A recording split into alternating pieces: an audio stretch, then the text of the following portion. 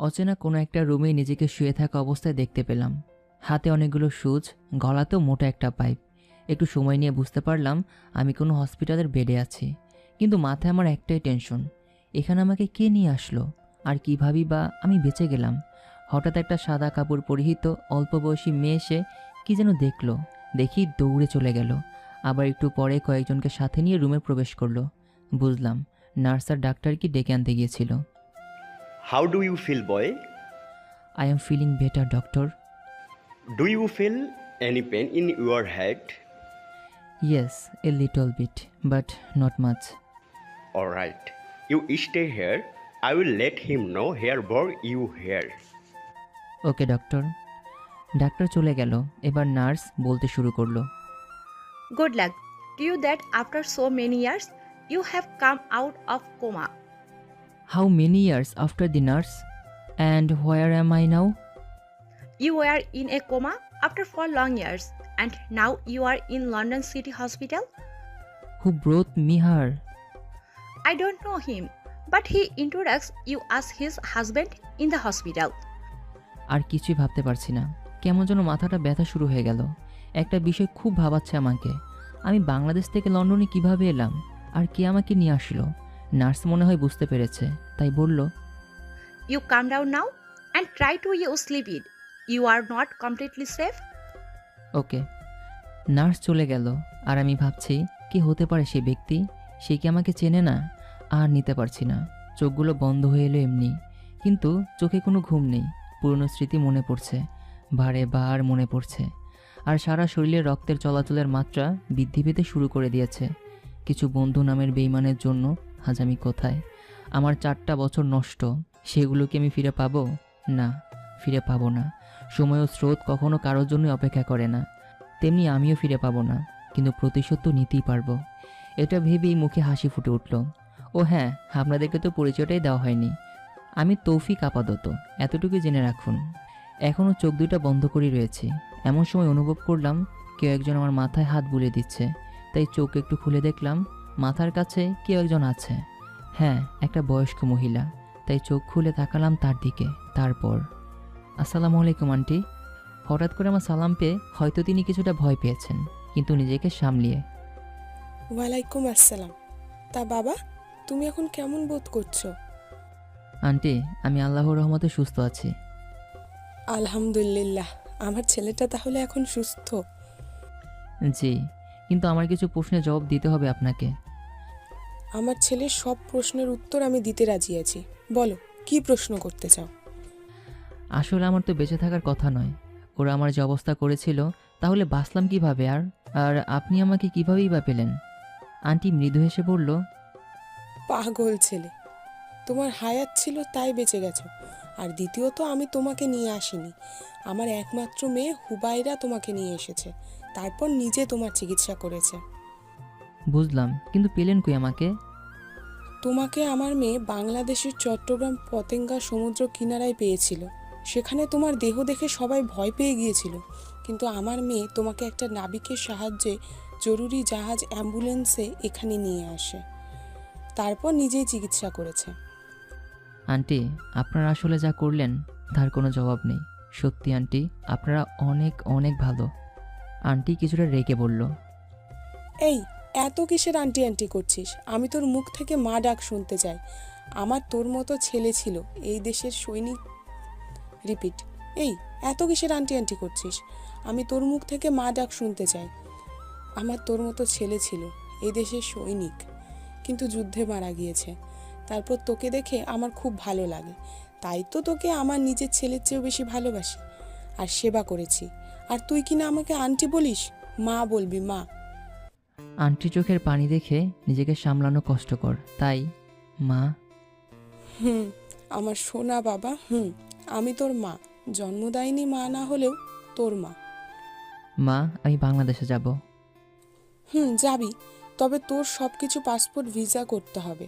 আর বড় কথা, তোর হবু বউ এখনো আসেনি, সে একটা অপারেশনে দেশের বাইরে গিয়েছে, তাই এখন এখানে থাকতে হবে। হবু বউ মানে? হ্যাঁ রে, আমার মেয়েটা তোকে ভালোবাসে, তাই ওর সাথেই তোর বিয়ে দিব। কি করবি না বিয়ে? তুমি যদি খুশি হও তো সব করব। এই না হলেই আমার জামাই প্লাস ছেলে, তা একটা সারপ্রাইজ আছে আমার ছেলের জন্য, সে কি সেটা দেখবে না? সারপ্রাইজ? তা কিসে সারপ্রাইজ দেখব? মা কিছু না বলে আমার সামনে আয়না ধরলো। সামনে তাকিয়ে অবাক, এটা কে? আমার চেহারা এমন কেন? কার চেহারা আমি আছি? বিস্ময়কর দৃষ্টিতে মায়ের দিকে তাকালাম। মা কিছুটা হেসে বলল, এটা তোর সারপ্রাইজ, আর তোর চেহারাটা আমার মেয়ের মন মতো করে দিয়েছে, তার স্বপ্নের রাজকুমার করে তুলেছে তোকে। বাহ, তাহলে তো বেশ ভালোই হলো। শালা, প্রতিশোধ তোদের সামনে থেকে নিব, যেমন তোরা করেছিলি। কেমন লাগছে তোকে? একদম রূপকথার রাজকুমারদের মতো। বাবা, এখন ঘুমাও, আমি আসি, তোকে নিয়ে যাওয়ার ব্যবস্থা করি। আগামীকাল তোর মুখের মধ্যে থেকে এই পাইপ বের করবে, তখন নিজে হাতে খাইয়ে দিব, কেমন? ঠিক আছে। মা মা ডাকটা শুনে দ্রুত আমার দিকে তাকালো। তারপর, কিছু বলবি বাবা? আমার বাংলাদেশে যাওয়ার ব্যবস্থা করবে তো? মা কিছুটা হেসে বলল, করব, তবে তোর বউয়ের থেকে আগে অনুমতি নিতে হবে, তারপর। মা চলে গেল। আমিও শুয়ে পড়লাম। একটু পর নার্স এসে আমার কিসের জন্য একটা ইঞ্জেকশন পুশ করে চলে গেল। আস্তে আস্তে ঘুমিয়ে পড়লাম। এই দিকে বস, 4 বছর তো হলোই, তবুও আপনি একটা লাশ খুঁজে বেড়াচ্ছেন কেন সারা দেশে? তুই হয়তো ভুলে গেছিস ওকে কেন খুঁজছি আমরা। তোদের একটা ভুলের জন্য ও যদি বেঁচে যায় তাহলে আমাদের কি হবে ভেবেছিস? আরে বাবা, এত ভয় পাচ্ছ কেন? তোমার মেয়ে আছে না? শালাকে একবার বাঁচিয়ে গেলে দ্বিতীয়বার বাঁচবে না। হ্যাঁ রে মা, কিন্তু এই দেহান কি করছো? মেরে লাশ ফেলে দিল নদীতে। আরে ওকে দাফন করলেই তো হতো, আর টেনশন থাকতো না। এই বাংলাদেশে আমি আমার সাম্রাজ্য তৈরি করব, যার রাজকন্যা হবে আমার মামুনি দিয়া। আচ্ছা বস, আপনি শিওর কি করে হচ্ছেন যে কিং এখনো বেঁচে আছে? জানি না, তবে কেমন যেন মনে হচ্ছে ও আসবে। হ্যাঁ আসবে, আবার আসবে ও। বস, আসলে ওর সামনেই ওর মাকে মেরে দেব। শালি 4টা বছর ধরে আমাদের খাবার খাচ্ছে। এটাই তো আমাদের মূল অস্ত্র, কিংকে দমানোর। যা তোরা, আর তিয়া মামুনি তুমিও যাও। আর একদিকে আর কত এভাবে পালিয়ে বেড়াবো? আর কত আমাদের ভাইটাকে তো নির্মমভাবে হত্যা করেছে ওই মিসা। ও এখনো বেঁচে আছে, ওর চেয়ে বড় কষ্ট আর কি হতে পারে বল? ভাই, আপনি কি ভুলে গেছেন কিংকে মারতে হলে সামনে থেকে মারতে হয়? আর আমাদের কিংকে তো ধোঁকা দিয়ে মারা হয়েছে। আমার মনে হচ্ছে বস, আমাদের কিং এখনও বেঁচে আছে এবং আসবে। হ্যাঁ, তিনি আসবে বস। এসব এতিম বাচ্চাদের জন্য হলেও তিনি আসবেন। হ্যাঁ সিহাব, হ্যাঁ আসবে, আমাদের কিং আসবে। যখন কিং আসবে পুরো দেশে রক্তের বন্যা বইবে। ভাই, আমাদের কিং কখনোই আমাদের ছেড়ে যেতে পারে না। জানেনই তো, আমাদের কিংয়ের হাজার রং রয়েছে। শুধু মিসা ওপরের রংটাকে মেরে নিচের ডেভিল সত্তাকে জাগিয়ে দিয়েছে। হ্যাঁ রে। সাকিব চোখের পানি ছেড়ে দিয়ে, ভাই, এখন সবাইকে খাবার দিন। আজ যে আমাদের কিংয়ের নিখোঁজ হওয়ার 4 বছর পূর্ণ হলো। সাকিব আর শিহাব চোখের পানি মুছে খাবার দিতে লাগলো। সাথে আরও জন 50-এর বেশি ক্রু। এদিকে আমি পরম শান্তিতে চোখ দুটা বন্ধ করে ঘুমিয়ে গেলাম। ঘুমিয়েছি কিনা জানি না, তবে আমি সব কিছু শুনতে পারছি। কেউ একজন বলছে, বাবা, তুই কোথায় গেলি? আমাকে এখান থেকে বের কর বাবা, আমি যে কষ্টে আছি। হঠাৎ চোখ খুলে মুখ দিয়ে বেরিয়ে এলো মা। আমি তো ভুলেই গিয়েছিলাম, আমার মাকে তো বাঁচাতে হবে। না না না, আমার ঘুমালে একদমই চলবে না, না কিছুতেই না। আমার চিৎকার শুনে হঠাৎই কালো বোরকা পরিহিত একটা মেয়ে আমার রুমে এলো। বয়স মোটামুটি আমার সমবয়সী, কিন্তু সে আমার ছোট হবে। ভালো করে তাকিয়ে দেখলাম মেয়েটার চোখের আনন্দের আভাস, আর কিছুটা ভয়াক্ত হয়ে আমার পাশে এসে বলল, আসসালামু আলাইকুম। ওয়ালাইকুম আসসালাম। মুখ দিয়ে আপনা আপনি বের হয়ে গেল এত সুন্দর কণ্ঠ। আহ, প্রাণটা জুড়িয়ে গেল। আমি ডক্টর মোশা হুবাইরা খাতুন। একটু আগে আপনি চিৎকার করলেন কেন? আপনার কোনো অসুবিধা হচ্ছে কি? জি মিস, আমার একটু মাথা ব্যথা, আর একটু আগে একটা দুঃস্বপ্ন দেখেছি তো, তাই ঘুমের ঘরে হয়তো চিৎকার দিয়েছি। হুমায়রা মনে মনে কি যেন অনেকক্ষণ বিড়বিড় করে আমার দিকে তাকিয়ে 3বার ফু দিল। বুঝলাম আয়াতুল কুরসি পড়ল। বুঝেও জিজ্ঞাসা করলাম, এটা কি হলো? হুমায়রা আমার দিকে লাজুক ভঙ্গিতে তাকালো, তারপর বলল, আপনার উপর শয়তান ভর করেছে, আর সেই শয়তানই আপনাকে ভরকে দিচ্ছে, আপনাকে হতাশায় ফেলছে। তাই আমি আয়াতুল কুরসি পড়ে আপনাকে ফু দিলাম, যাতে শয়তান চলে যায়। তা আপনাকে তো দেখতেই পারলাম না এখনো। দেখবো মিস্টার কিং, দেখবো, তবে সেটা সময় হলেই। কিং? কিসের কিং? এই শুনুন, আমার কাছ থেকে লুকিয়ে লাভ নেই, আমি সবই জানি। আমি বাংলাদেশে একটা মাস ছিলাম, আর সেই 1 মাসে আপনাকে আমি চিনে ফেলেছি। কিন্তু আপনাকে এমন করে ফেলে চলে গেছে কে? ও, তার মানে আপনি আমার হবু বউ, তাই তো? জি হ্যাঁ, ঠিক ধরেছেন। আমি আপনাকে বিয়ে করতে চাই, করবেন আমাকে বিয়ে? হুমায়রা, তুমি তো সবই জানো, তবুও কেন আমার জীবনে আসতে চাও তুমি? দেখুন, আমি আপনাকে পছন্দ করি, আর বেশিরভাগ পছন্দ করি আপনার কাজকে। আমি শুনেছি আপনি এই কিং হয়েছেন একটা কারণে, আর সেটা হলো এতিম আর সুবিধাবঞ্চিত লোকদের সাহায্যের জন্য।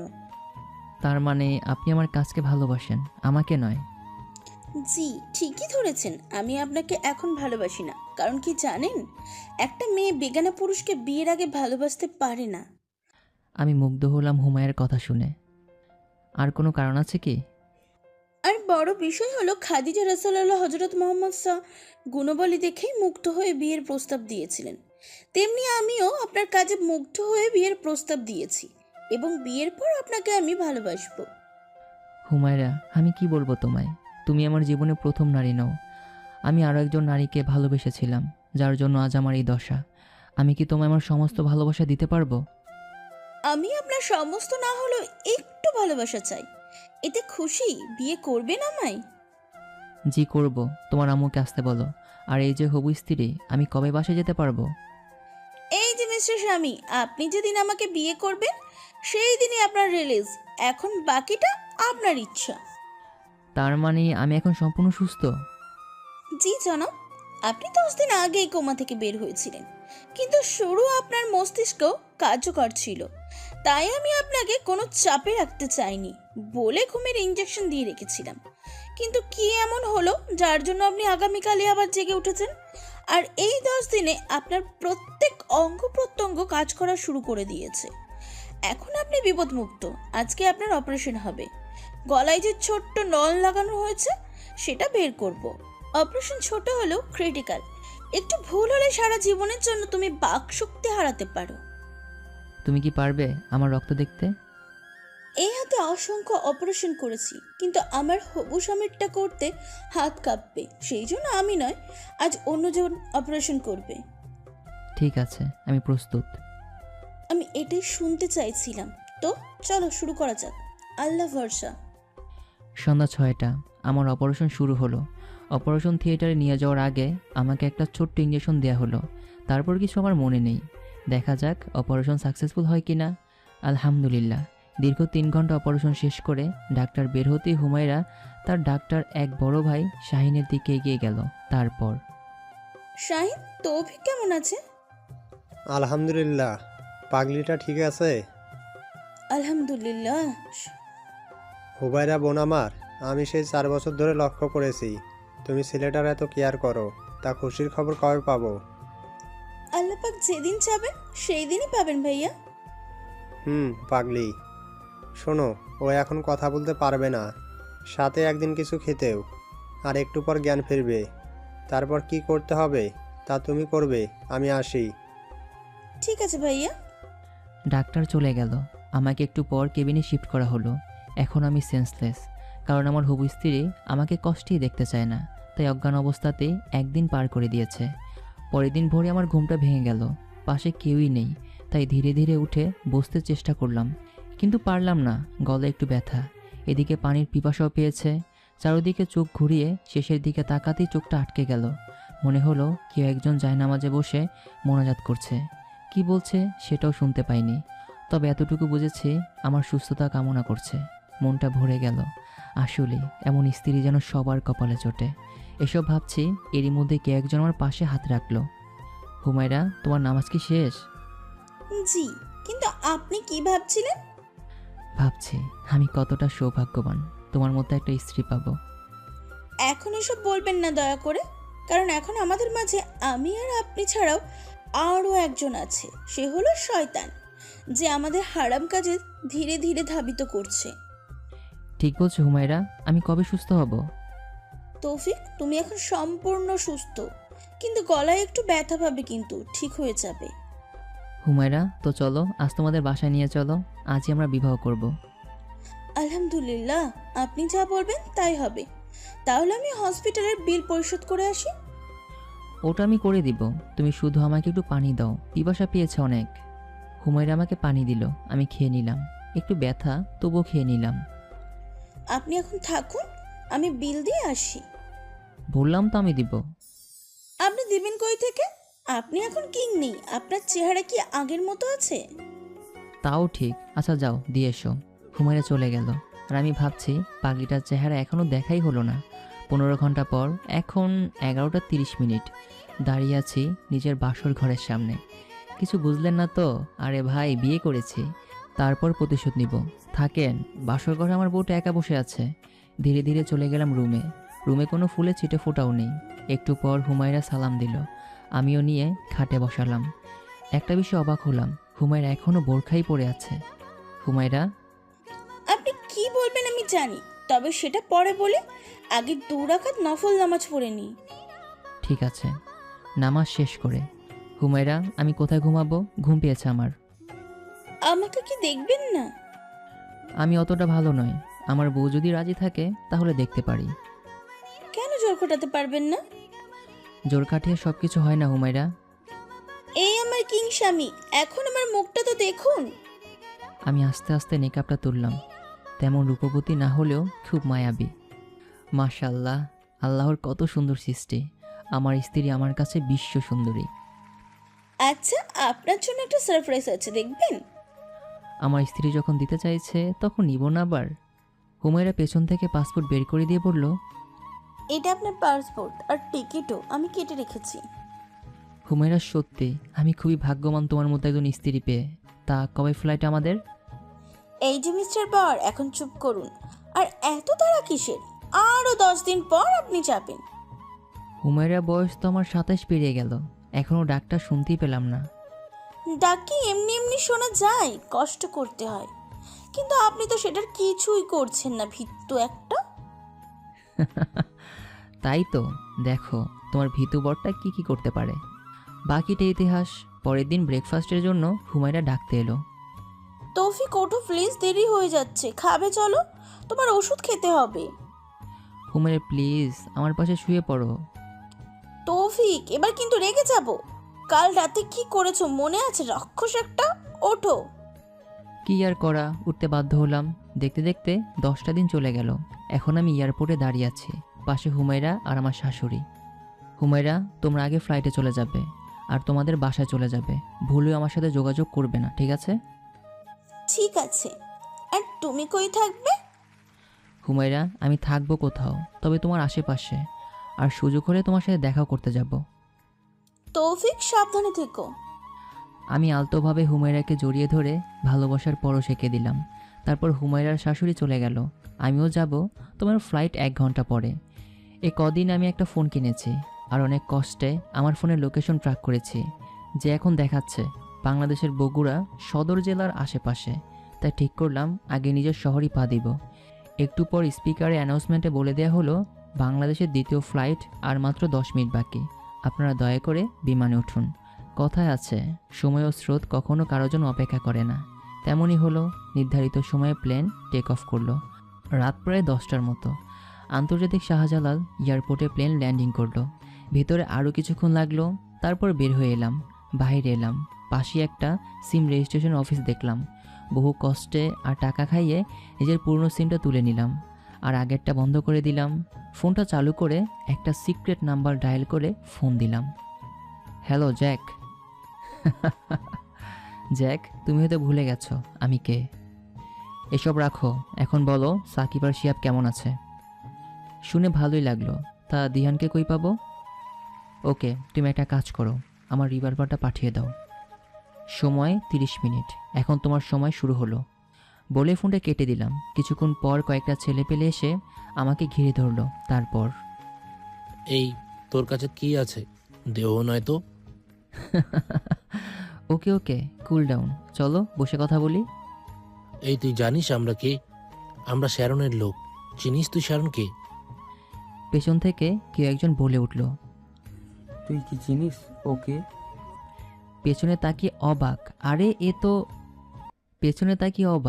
আরে এ তো শিহাব। ভাই আপনাকে তো এই এলাকায় আগে দেখিনি। জি ভাই, আমি লন্ডন থেকে এসেছি ঘুরতে, কিন্তু আমার ড্রাইভার আমার সব কিছু নিয়ে পালিয়ে গেছে। ও, এই শহরে এমনই হয়। এই চামচা, তুই কি ভুলে গেছিস কিং নেই? আর তুই এসেছিস আমাদের কাজে বাধা দিতে? সাহস তো কম না তোর। এ শোন, আমাদের কিং আসবে, খুব শীঘ্রই আসবে। এখন তোরা যা, নয়তো তোর এলাকায় আছি বলে চলে যাচ্ছি, তবে পরের বার আসলে তোকে তোর কিং এর কাছে পাঠাবো, মনে রাখিস। ছেলেগুলো চলে গেল। তা ভাই এখন কি করবে? কি আর করব ভাই, পথেই থাকতে হবে, আর কোনো কাজ করে নিজের ভরণ পোষণ করতে হবে। ভাই আমি আছি, আপনি নিশ্চিন্তে আমাদের সাথে আসুন, আমাদের সাথে থাকবেন। আমি একটু শিহাবকে বাঁচিয়ে দেখতে চাইলাম, তাই বললাম, ভাই আপনি কি কিংয়ের লোক ছিলেন? শিহাবের মুখটা কেমন জানি বেদনায় ছেয়ে গেল। তারপর, হ্যাঁ ভাই ছিলাম, এখনও আছি। আমাদের ভাইটা যে কবে আসবে, বেঁচে আছে কিনা তাও জানি না। তা ভাই কিং তো নেই, আপনি কিংয়ের জায়গাটা নেননি কেন? হা হা হা হা হা, পাগল ভাই আপনি। কিং সে তো কোটিতে একটা, তার মতো হওয়া কারো সম্ভব না। সম্ভব হলে কি হতেন?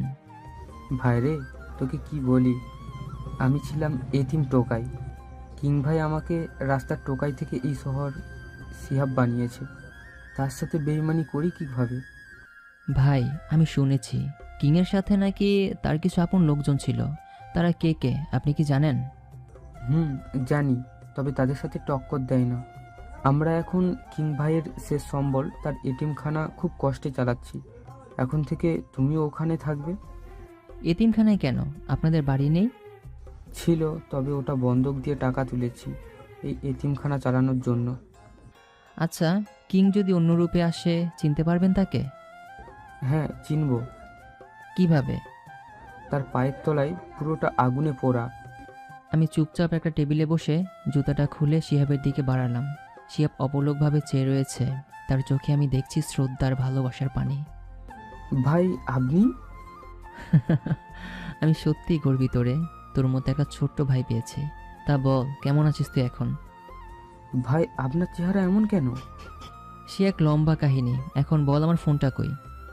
ভাই ওটা পাওয়া যায়নি। ওটা পাওয়া গেছে। তুই এই লোকেশনে আমার সমস্ত ছেলেপেলেদেরকে নিয়ে যা, আর ফোনটা আমার চাই। ভাই আপনি চলুন আমার সাথে, আমি সব ব্যবস্থা করছি। না শিহাব না, তুমি বোকা। শোনো, তুমি সবার আগে সাকিবকে আমার সেই ঘরে পাঠাবে যেখানে আমি সব সময় থাকতাম। আশা করি তুমি ছাড়া কেউই জানে না, আর জানার সম্ভাবনাও নেই। কেন ভাই, সাকিবকে কেন? আমি রহস্যময় একটা হাসি দিয়ে শিহাবকে বললাম, ওই যে কিছু হিসাব বাকি আছে তাই। আমার সেই গোপন কক্ষে ডিজিটাল লক, যা কারো পক্ষে সম্ভবত কেউই খুলতে পারেনি, আর খোলার চেষ্টাও করেনি। দরজায় প্রথমে আমার চোখের স্ক্রিন নিল, তারপর হাতের, ব্যাস দরজা খুলে গেল। ভেতরে একজন চেয়ারে বসে কাজ করছে, বলতে গেলে মনিটর পর্যবেক্ষণ করছে। আমি তার পাশের চেয়ারে বসে পড়লাম। তারপর, কি খবর জ্যাক? 4 বছর একা থেকে কি বোর হয়ে গেছো নাকি? আমি তো রোবট, আমার আবার বিরক্তি কিসে? আমি একদম ঠিক আছি। আর খাওয়া বলতে 2 ঘন্টা বৈদ্যুতিক চার্জ। বাহ জ্যাক, তুমিও তো মানুষের মতোই হচ্ছ দিন দিন। আমাকে যে তৈরি করেছে সেই তো এই 4 বছরে পরিবর্তন হয়ে গিয়েছে, তাহলে আমি হলে ক্ষতি কি? জ্যাক, এটা তো কিছুই না। চলো, এবার পুরো দেশটাকে পাল্টাতে হবে, আবারও রক্তের বন্যা বয়ে দেব। তোমাকে আমি আগেই বলেছিলাম, বিশ্বাস করো না। আমি সবসময় ওদের ফলো করেছি, কিন্তু ওরা কি কথা বলে সেটা আমি শুনতে পাইনি, তবে অনুভব করেছি। জ্যাক, তো এখন বলো, কে কে ছিল এদের মধ্যে? পাশের দেয়ালে তাকিয়ে দেখো, ওখানে সবার ছবি দেওয়া আছে। শুধু এখন ওদের কলিজাটা বের করতে হবে। জ্যাক, আমি মাঝে মাঝে অবাক হই। আমি তোমাকে বানিয়েছি, কিন্তু তুমি আমার চেয়ে উপরে উঠে গেছো। এটা কখনো ভাববেন না। আপনি আমাকে তৈরি করেছেন, আপনি আমার মধ্যে আপনার মেধা দিয়েছেন। আমি সত্যিই আপনার উপর কৃতজ্ঞ। জ্যাক, তো 1 নম্বরটাকে আজ খেয়ে ফেলি, কি বলো? শিকার তো দেখি আমাদের সামনেই। জ্যাক, আমার বানানো সোলজারগুলো রেডি তো? জি বস, সব রেডি, শুধু আপনার হুকুমের অপেক্ষায় আছি। তো সবাইকে বের হতে বলো। জ্যাক একটা লাল বোতামে চাপলো, সাথে সাথে পাশের দরজা খুলে বের হয়ে আসছে। আমার বানানো সবগুলো রোবট, দেখতে অবিকল মানুষের মতো। জ্যাক, তো এদেরকে পাঠিয়ে দাও। কাজ হয়ে গেলে তুমি শুধু আমায় একটা SMS দিয়ে জানিয়ে দিও, ঠিক আছে? কিন্তু বস, আপনার ফোন এখনো আপনার কাছে নেই। জ্যাক, ডোন্ট ওয়ারি, পেয়ে যাবো একটু পর। সোলজারগুলো বেরিয়ে গেল পানা জেলার পাবনার এসিপি প্রদীপ কুমারকে ধরতে। এমন সময় শিহাবের মেসেজ। বস, তুলে এনেছি সাকিবকে। আপনি কোথায়? যেখানে থাকি না কেন, ঠিক সময় পৌঁছে যাব। জ্যাক, তুমি তাহলে ভালোভাবে নজর রাখো, আমি আসছি, কেমন? বলে পাশে টেবিল থেকে লেজার বি আর অটোমেটিক লিভারবার নিয়ে বের হয়ে এলাম। আগের মতো আর কিং হিসেবে নয়, সাধারণ পাবলিকের মতো।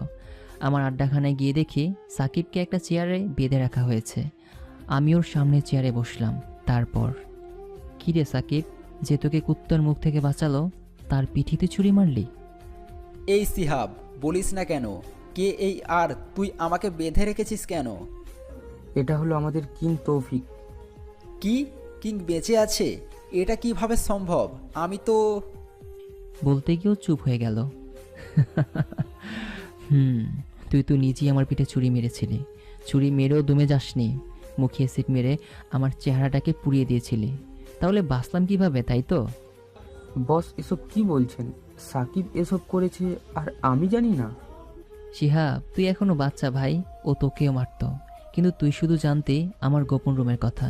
তাই তো তোকে ওদিন ও মারতে পারিনি, ওই রুমটার কথা জানার জন্য। বস, এবার আমি শিওর হলাম কেন সিহাব রোজ আমাকে ড্রিঙ্ক পান করিয়ে বিভিন্ন কথা জিজ্ঞেস করত। ভাই, আমাকে ক্ষমা করে দিন, দয়া করে এবারের মতো। শিহাব, আমাদের একটা রুল ছিল, মনে আছে? জি বস, অন্যের গ্যাং থেকে যারা আমাদের গ্যাংয়ে কাজ করবে আমরা তাদের নেব, কিন্তু যারা আমাদের গ্যাং থেকে অন্য গ্যাংয়ে যাবে তার সাজা মৃত্যুদণ্ড, আর যে আমাদের সাথেই বেইমানি করবে তার সাজা ভয়ঙ্কর মৃত্যুদণ্ড। তাহলে একে কি করা যায় বলতো? বস, একে এমন মৃত্যু দিব যে ওর লাশ যে দেখবে সেই কাঁপবে। সাকিব, শুনলি তো শিহাব কি বলল? এখন বল, তোকে মাফ করি কি করে? বস, আমি সবার নাম আপনাকে বলবো, তবুও আমাকে ছেড়ে দিন। না, আমি সবই জানি। এখন শোন, তুই এক কাজ কর, আমার ফোনটা কই রেখেছিস সেটা বলে দে। বস, আমার পকেটে আছে। কি, তার মানে তুই ওই স্যারনের লোক যে কিনা বিদেশি আমাদের দেশের শত্রু, তার হয়ে কাজ করিস? আমি ফোনটা নিয়ে চালু করলাম, সব কয়টা লক খুলে ওপেন করতেই ওয়ালপেপারে ভেসে এলো আমার সেই 4 বছর আগের ছবি, সাথে একটা মেয়ে। মেয়েটাকে দেখে রাগে প্লাস শয়তানি বুদ্ধিতে হেসে উঠলাম। তারপর, সাকিব, তোর সময় শেষ বলে অ্যাসিড দিয়ে ওর বুকে লিখে দিলাম, কিং ইজ ব্যাক। তারপর ওর সমস্ত মুখে অ্যাসিড দিয়ে পুড়িয়ে দিলাম। ওর যৌনাঙ্গ ওই অ্যাসিডের ভেতরে ডুবিয়ে রেখেছিলাম যতক্ষণ না ওটা পুরোপুরি ঝলসে যায়। লাস্টে দেখলাম শালা নিস্তেজ হয়ে যাচ্ছে, সাথে সাথে লিভারবার দিয়ে পুরো দেহে শ্যুট করতে করতে ওকে ছিন্ন বিচ্ছিন্ন করে দিলাম। শেষে লেজার বিম দিয়ে পরপর চোখ দুটো গুলিয়ে দিলাম। ব্যাস, ওর প্রাণভমরাটা উড়ে গেল কোনো একটা দূরজানায়। বস, এখন একে কি করব? শ্যারনের আড্ডাখানা সামনে রেখে আসবি। ঠিক আছে বস। কয়েকজন ছেলে পেলে এসে নিয়ে গেল আর আমি চলে আসলাম আবারও সেই গোপন কক্ষে, জ্যাকের এখানে। বস, কাজ হয়েছে, ওরা ওখানে রয়েছে। আপনি কি যাবেন ওখানে? যাব। তুমি আমার সমস্ত বুলেট প্রুফ গাড়িগুলোকে বের করো। জ্যাক এবার সবুজ বোতামে চাপ দিল, অমনি মেজে দুভাগ হয়ে গাড়ির লম্বা লাইনে বের হলো। সেখান থেকে একটা মার্সিডিজ গাড়ি নিয়ে বের হলাম। পুরো 1 ঘন্টা জার্নি করার পর পৌঁছে গেলাম প্রদীপের বাড়ির সামনে। বাড়িতে যেতেই সবগুলো সোলজার আমাকে সম্মান জানালো। তারপর নিয়ে যেতে লাগলো পদের সামনে। গিয়ে দেখলাম ওখানে প্রদীপ, ওর স্ত্রী আর একটা নেশাখোর আর খুদে মাস্তান ছেলে। কি প্রদীপ, তুই তো দেখি ভালোই আলো দিচ্ছিস, তা তোর বউটা তো সেই, খেতে দিবি তাহলে বেঁচে যাবি। এই কুত্তার বাচ্চা, জানিস আমি কে? আমার বউয়ের দিকে চোখ তুলিস? একবার খালি তুলে দেখ, তোকে ছিঁড়ে ফেলবো। তাই নাকি? তো দেখ কি করি। যদিও হিন্দুদের আমি সম্মান করি, তারা মানুষ, তবুও তোর বউ মাল, একটা খাসা মাল বলতে হবে। বলে প্রদীপের সামনে ঝাঁপিয়ে পড়লাম ওর বউয়ের উপরে। বাঁচাও, বাঁচাও, ছেড়ে দে বলছি, ছেড়ে দে। কে রেবে তুই? তোর নিজে তোর ছেলেকে সাহায্য করতে, তোর বাড়ির কাজের মেয়েকে ধর্ষণ করতে, এখন দেখ কেমন লাগে তোর। এমনভাবে শালিকে ভোগ করেছি যে সহ্য করতে না পেরে মারা গেল। আমার খিদে মিটল না। কি বউ নিয়ে এসছিস, মরেই গেল। এখন বল তোর কি করব? আমি কি করেছি দাদা, আমাকে ছেড়ে দিন। আচ্ছা, তোকে ছাড়ার আগে তোর ছেলের ব্যবস্থা করি। ইশারায় সোলজারকে অ্যাসিড নিয়ে আসতে বললাম। তারপর সে অ্যাসিড প্রদীপের ছেলের সমস্ত দেহে মেখে দিতে লাগলাম। শেষে ওর যৌনাঙ্গ অ্যাসিডে ডুবিয়ে রাখলাম। না জানি এর জন্য কত মেয়ে সর্বনাশ হয়েছে। সোলজার, তোমরা শুরু করো, এখন আমি প্রদীপকে দেখছি। বলার সাথে সাথে প্রত্যেকটা সোলজারের হাতগুলো বিভিন্ন অস্ত্রে পরিবর্তন হতে লাগলো। কারো হাতে দা, কারো হাত AK-47, আবারও কারো হাতে ড্রিল মেশিন। মিনিটের মধ্যেই শালার অঙ্গ প্রত্যঙ্গ কেটে টুকরো টুকরো করে ফেলে দিল। আচ্ছা প্রদীপ, কিং কি তোর কোনো ক্ষতি করেছিল যে তুই তার বাবাকে ক্রস ফায়ার করলি? আপনি কে আর এসব জানেন কি করে? আমি তৌফিক রে। তৌফিককে চিনতে পেরেছিস? শুধু চেহারা পাল্টিয়েছে, কিন্তু প্রতিশোধের আগুন একই রয়ে গেছে। ভাই, আপনার টাকা লাগলে নিন, তবু আমাকে ছেড়ে দিন। কত কোটি আছে? 100 কোটি, আপনি পুরোই নিন, তবু আমাকে ছেড়ে দিন। টাকা কই আছে? জি, আমার বেডরুমের নিচে, ওখানে সব টাকা রয়েছে। কেসে। শোন, তোকে আমি বাঁচিয়ে কি করব? যা, তোকে একেবারের জন্য মুক্তি দিলাম, আর খুব শীঘ্রই তোর সহযোগীদেরও তোর কাছে পাঠিয়ে দিব। এর শরীরেও একটা কথাই লিখে দিলাম, কিং ইজ ব্যাক। তারপর প্রত্যেকটা অঙ্গ প্রত্যঙ্গে ক্রসফায়ার করে সোলজারদের শ্যারনের আড্ডাখানার সামনে ঝুলিয়ে দিতে বললাম, আর সাথে পুরো বাড়িটাকে উড়িয়ে দিতে বললাম, এবং সব টাকা নিয়ে গরিবদের মাঝে বিলিয়ে দিতে বললাম। পরের দিন আমি আর জ্যাক বসে রয়েছি মনিটরের দিকে, যেখানে ব্রেকিং নিউজে দেখাচ্ছে আজকে পুরো শহরে 2টো খুন হয়েছে এবং একই জায়গাতেই। গোপন সূত্রে জানা গেছে ফরেনার ড্রোন শ্যারেনের সাথে ওই দুইজনের নেটওয়ার্ক ছিল এবং তাদের দুজনের শরীরে একটি ক্লু রেখে গিয়েছে, কিং ইজ ব্যাক। তাহলে কি কিং আবারও ফিরে এসেছে? বিস্তারিত জানতে আমাদের সাথেই থাকুন। মনিটর দেখে চোখ সরিয়ে বললাম, জ্যাক, তো ব্যবস্থা করো ঢাকা বিশ্ববিদ্যালয়ের সব কিছু, আমি আগামীকাল চলে যাব ওখানে। জ্যাক মনিটর আর কিবোর্ডে টাইপিং করতে ব্যস্ত হয়ে গেল। আমিও বের হয়ে পড়লাম আমার মায়াবতীকে দেখতে। কলিং বেল না বাজাতেই দরজা খুলে গেল। সামনে তাকিয়ে দেখলাম হুমায়রা দাঁড়িয়ে আছে, তাই মুচকি এসে বললাম, কি হলো? কলিং বেল না বাজাতে খুলে গেল যে দরজা? আমার মনটা বলে দিয়েছিল আমার রাজকুমার এসে গেছে, তাই তো খুলে গেল। ক্ষুধা পেয়েছে, এখানেই রাখবে আমায়? হ্যাঁ রাখবো, 2 দিন পর মনে পড়লো। আমি হুমায়রাকে কোলে নিয়ে ভেতরে ড্রয়িং রুমে চলে গেলাম। তারপর, বউ আমার রাগে কেন? আমি তো কাজই ছিলাম। ঠিক আছে মানলাম, আচ্ছা বসো, আমি খাবার আনি। হুমায়রা চলে গেল। একটু পর বিরিয়ানি আর কষা মাংস নিয়ে আসলো। তারপর নিজের হাতে খাইয়ে দিল, আমিও তাকে খাইয়ে দিলাম। খাওয়া শেষে মায়ের রুমে গেলাম। তিনি বসে আছেন গোমরা মুখ করে। কি হয়েছে আমার শাশুড়ি আম্মুর? কিছু হয়নি। আর আপনি কে? আম্মু রাগ করো না, আমাকে 2 মাস সময় দাও, তারপর একসাথে থাকবো আমরা। সত্যি বলছি তো? জি। আচ্ছা, হুমায়রার রুমে যাও, আজ আর যেতে দিব না। ঠিক আছে, তবে আগামীকাল যাব। বলে বেরিয়ে এলাম। হুমায়রা দেখি সোফায় বসে আছে, তাই ওর কাছে গিয়ে, ম্যাম, আমার তো ঘুম পেয়েছে খুব। তো ঘুমাও, ঘর তো আছে। ঘর তো আছে, কিন্তু কোলবালিশ তো নেই। কে বলেছে নেই? আছে, রুমে গিয়ে দেখুন। আমি মুচকি হেসে কোলে নিয়ে নাকটা টেনে বললাম, আছে, তবে আমার ওটা না, আমার জীবন্ত কোলবালিশ চাই, যে আমাকে ঘুম পাড়িয়ে দিবে। শুধু নিজেরটা ভাবো, আমারটা কে ভাববে? আমি যে 2 দিন ছিলাম। আচ্ছা এখন বাদ দাও, চলো একটা ম্যাচ হয়ে যাক। তারপর লাইটটা অফ করে পরের দিন খুব কষ্টে আর লুকিয়ে বাড়ি থেকে বের হয়ে এসেছি, যাতে কেউ আমাকে না দেখতে পায়। একটু পর আমার সেই গোপন রুমে আসলাম, যেখানে জ্যাক ছিল। আমি ঢুকতেই জ্যাক বলে উঠল, বস, আপনার পেছন কালকে 2টো ছেলে ঘোরাঘুরি করছিল এবং আপনার বাড়ি পর্যন্ত গিয়েছিল। জ্যাক এটা বলে, আমি একটা ক্যামেরা বানিয়েছি, যেটা একদম যান্ত্রিক মশার নেয়। এগুলো প্রায় 10,000 রয়েছে, যা সারা দেশের সব জায়গায় ছড়িয়ে দিয়েছি। বুঝলাম, তা লোকেশন কই?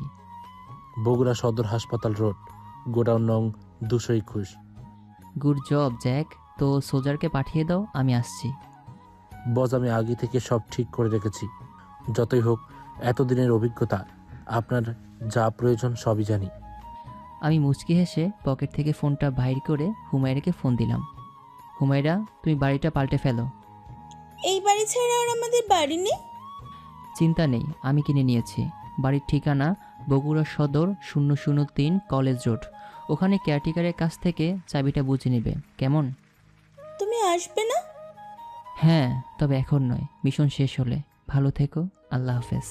হুমায়রা মনটা খারাপ করে ফোনটা কেটে দিল। জ্যাক, নজর রেখো, আমি আসছি। যেহেতু সব কিছু বলতে লিভারবার আর লিজার বিম আগিয়ে ছিল, নির্ধারিত লোকেশনে আসতেই দেখলাম আমার সোলজার আমার অপেক্ষায় রয়েছে। সব কাভার করেছো? ওকে চলো, আমাকে দেখিয়ে দাও। সোলজার পথ দেখিয়ে একটা রুমে নিয়ে গেল, যেখানে 10 জনের মতো রয়েছে, সবারই হাত পা বাঁধা। ওদের সামনে বসতেই দুজন নিজেদের দিকে তাকিয়ে মুখ চাওয়াচাই করতে লাগলো। বিষয়টা আমার চোখ এড়ায়নি। তোদের মধ্যে আগামীকাল কে আমাকে ফলো করেছিল? জানি না ভাই, আমাদের ছেড়ে দিন। বাচ্চা, এত তারা কিসের? আজ একটু লুডো খেলবো। তা বল, তোরা দুজন আমার পেছনে কার অনুমতিতে গিয়েছিলি? সাগর, একে বলতো, আমরা কি এর পিছু কখনো নিয়েছি? শুধু আমাদের ধরে রেখেছে। এই, তুই আমাদের ছেড়ে দে, আমাদের কাজ আছে। কিসের কাজ রে? কেন করবি? ভালো কমিশন পাবি, মাসে 15,000 পাবি। কি সত্যি? তাহলে করব। তা কোন গ্যাংয়ের হয়ে কাজ করিস? দেহান ভাইয়ের নাম শুনেছিস? ওরই কাজ করি। তা কাল আমার পিছু নিলি কেন? ভেবেছিলাম তুই টাকাওয়ালা, তাই নিয়েছিলাম, কিন্তু তুই দেখি ছোট চোর। ও তাই বল। আচ্ছা, তোদের দিয়ান ভাইকে পাবো কই? তোকে কেন বলবো? ধূপ ধূপ করে কয়েকবার শব্দ হলো। হ্যাঁ, ঠিক ধরেছেন, শ্যুট করেছি। আমি একদম কপাল বরাবর শালাদের একেবারে উপরে পাঠিয়ে দিয়েছি। শেষবারের মতো বলছি, বল ধ্যানকে কই পাবো? দেহানকে ঢাকা বিশ্ববিদ্যালয়ে পাবেন। তোদের কাছে কত টাকা আছে ক্যাশ, যা আমাকে দিলে তোকে ছেড়ে দিব? আমার কাছে 1 কোটি আছে। কই আছে? ওই যে পাশের ঘরে একটা ব্যাগে রয়েছে। আমি সোলজারকে টাকাগুলো নিয়ে আসতে বললাম। তারপর একটা হাসি দিয়ে বললাম, ধন্যবাদ তোকে, আর তোকে বাঁচিয়ে লাভ নেই, ভালো থাকিস। বয়েস শুট দেম। সাথে সাথে সাইলেন্সার লাগিয়ে সব কয়টাকে উড়িয়ে দিল। পরে সবার বুকে একটা কথাই লিখে দিলাম, কিং ইজ ব্যাক। টাকাগুলো আমার এতিমখানায় পাঠিয়ে দিলাম। আবার আসলাম জ্যাকের কাছে। তারপর, জ্যাক, সব ব্যবস্থা করেছো তো? জি বস, সব ব্যবস্থা করেছি। ওকে, আমার জন্য একটা কালো রঙের গাড়ি রেডি করো, আমি আসছি। রুমে এলাম, নিজেকে নতুন রূপে দেখতে ভালোই লাগলো। কিছু কাপড় নিয়ে বের হয়ে এলাম। এরই মধ্যে ফোন বেজে উঠল। দেখলাম হুমায়রার ফোন, তাই দ্রুত ফোনটা রিসিভ করলাম। কি হয়েছে আমার পাগলিটার? পাগলটা দেখে খুব সুন্দর একটা বাড়ি কিনেছে, সেটাই দেখছি। তোমার পছন্দ হয়েছে? জি সাহেব, খুব। আমরা কবে এখানে একসাথে থাকবো? আমার মিশন শেষ হলে। আচ্ছা, আমি ঢাকা যাচ্ছি, তুমি থেকো, আমি আসি, কেমন? ভালোভাবে থেকো। আচ্ছা, আল্লাহ হাফেজ। আল্লাহ হাফেজ। গাড়িতে উঠে নিজেই ড্রাইভ করতে লাগলাম। উদ্দেশ্য ঢাকা। দীর্ঘ 4.5 ঘন্টা পরে ঢাকা এলাম।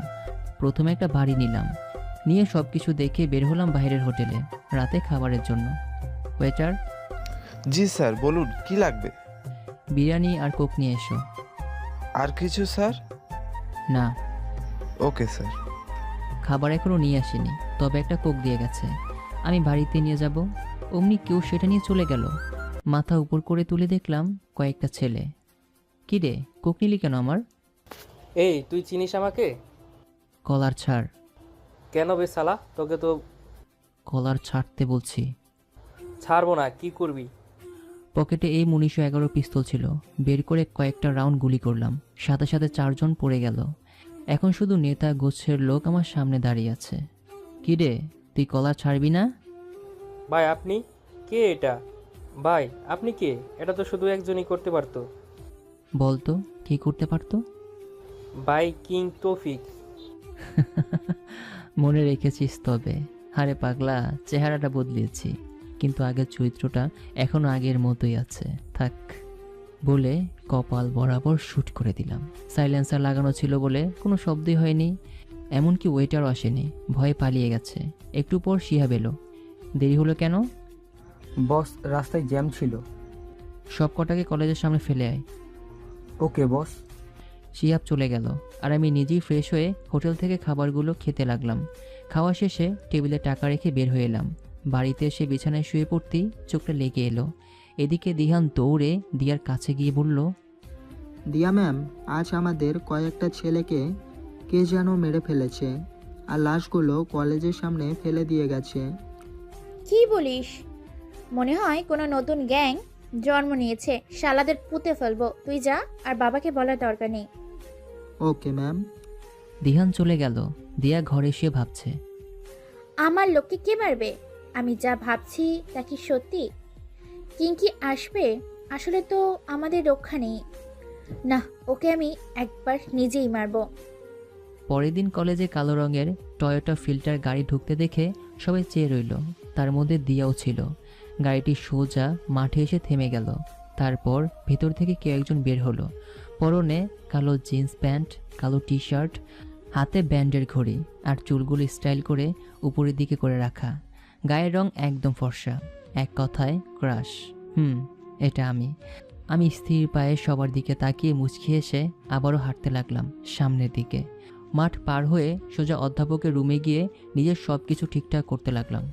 এদিকে দিয়াকে আমার দিকে হাঁ করে থাকতে দেখে দিয়ার বান্ধবী হিয়া বলল, এই কি হলো, তোরা ওভাবে কি দেখিস?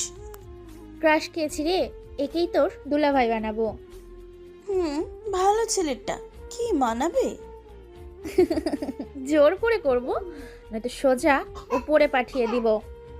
হিয়া জানে দিয়া ভালো নয়, তবুও ইফটিজিং থেকে বাঁচতে বন্ধুত্ব করেছে আর কি। ক্লাসে এসে বসলাম। একটু পর দিহান এলো সোজা আমার সামনে। এই, তুই কই থেকে বলতো আসলি, আর আমার ক্রাশটাকে নিজের করে নিলি? ভাই কলার ছাড়ো। আর আমি কি করেছি? শালা চিনিস আমাকে? আমি তোর বাপ, মিশার ডান হাত, আর আমার সামনে উঁচু গলায় কথা বলিস? সাহস তো কম না? কাজটা কি তুই ঠিক করলি? পরে কিন্তু পস্তাবি। তবে রে, বলে মারতে লাগলো।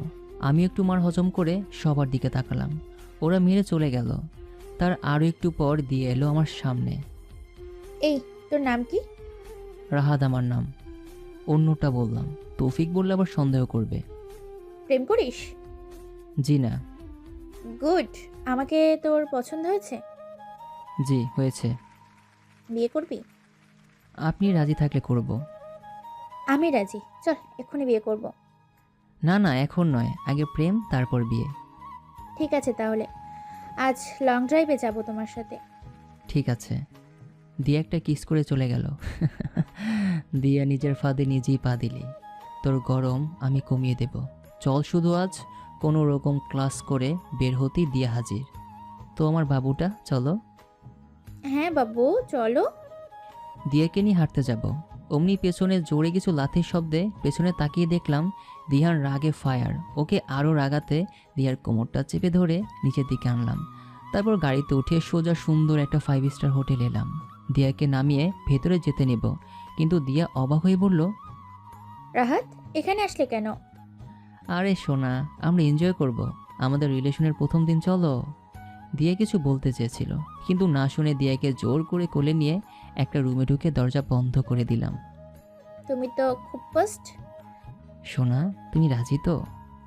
শালি, তোর চেয়েও বড় খেলোয়াড়কেও কাত করেছি, আর তো তুই। তারপর আর কি, হিংস্র পশুর মতো ওর নরম দেহটাকে কামড়ে কামড়ে খেয়েছি পুরো 3টা ঘন্টা। দিয়া আধমরা হয়ে গেছে দেখে ওকে ছেড়ে দিলাম। তুমি তো দেখি একটা পশু, এইভাবে কেউ করে? না হলে কি মজা পাওয়া যায়? কেন, ভালো লাগেনি তোমার? যা, কি যে বলো না। দিয়ে উঠতেও পারছে না ব্যথায়। এটা দেখে আমি হাসলাম। তারপর নিজে ওকে তুলে নিয়ে গিয়ে ওর বাসায় রেখে আসলাম। রাতে হাঁটছি, এমন সময় একটা গাড়ি সামনে থামলো। সেখান থেকে কমসে কম 20 জনের মতো ছিল, দাঁড়িয়ে ছিল। আমি ওদের কাছে যেতেই মুখে রুমাল ধরিয়ে গাড়িতে তুলল। তারপর কিছু মনে নেই। চোখ খুলেই নিজেকে বাঁধা অবস্থায় দেখলাম সামনে দিহান দাঁড়িয়ে। আমি মুচকি এসে বললাম, কি হয়েছে রে, তুই আবার তুলে আনলি কেন আমাকে? তোর ক্লাস নিব রে, সাহস তো ভালোই। শোন ভাই, আমার ওইসবে কোনো ইন্টারেস্ট নেই। তোর মাল তুই রাখ, আমাদের মধ্যে ভেজাল করে কোনো লাভ নেই। তোকে পুরো 1 কোটি দিব, এখন আমার হাতের বাঁধনটা খুলে দে, ব্যথা করছে তো, মনে হয় টোপটা গিলেছে। সত্যি দিবি তো? বিশ্বাস না হলে আমার সাথে যাবি। না, তোকে বিশ্বাস করলাম। এই বাঁধন খুলে দে। বাঁধনটা খুলে ওরা পাশে দাঁড়ালো। আমি পকেট থেকে একটা সিগারেট বের করতে করতে বললাম, সবাই এগিয়ে এসো, তোমাদের সবাইকে একটা প্ল্যান বলি, আমাদের সবারই কিন্তু লাভ হবে এতে। সবাই দ্রুত এগিয়ে এলো, গোল হয়ে ঘিরে ধরলো। এই সুযোগে সিগারেটটা জ্বালিয়ে লম্বা একটা টান দিয়ে নিঃশ্বাস বন্ধ করে ধোঁয়াটাকে ছেড়ে দিলাম। অমনি ধূপধাপ করে পড়তে লাগলো সব কটা। সব পড়তে আমি ফোনটা বের করে শিহাবকে ফোন দিলাম। শিহাব, চলে এসো, হয়ে গেছে কাজ। ঠিক আছে। একটু পর শিহাব এলো, সব কটাকে তুলে নিয়ে গেল। আমিও গেলাম, ওদের সব কটাকে বেঁধে রেখেছি। শিহাব, জাগাও এদের।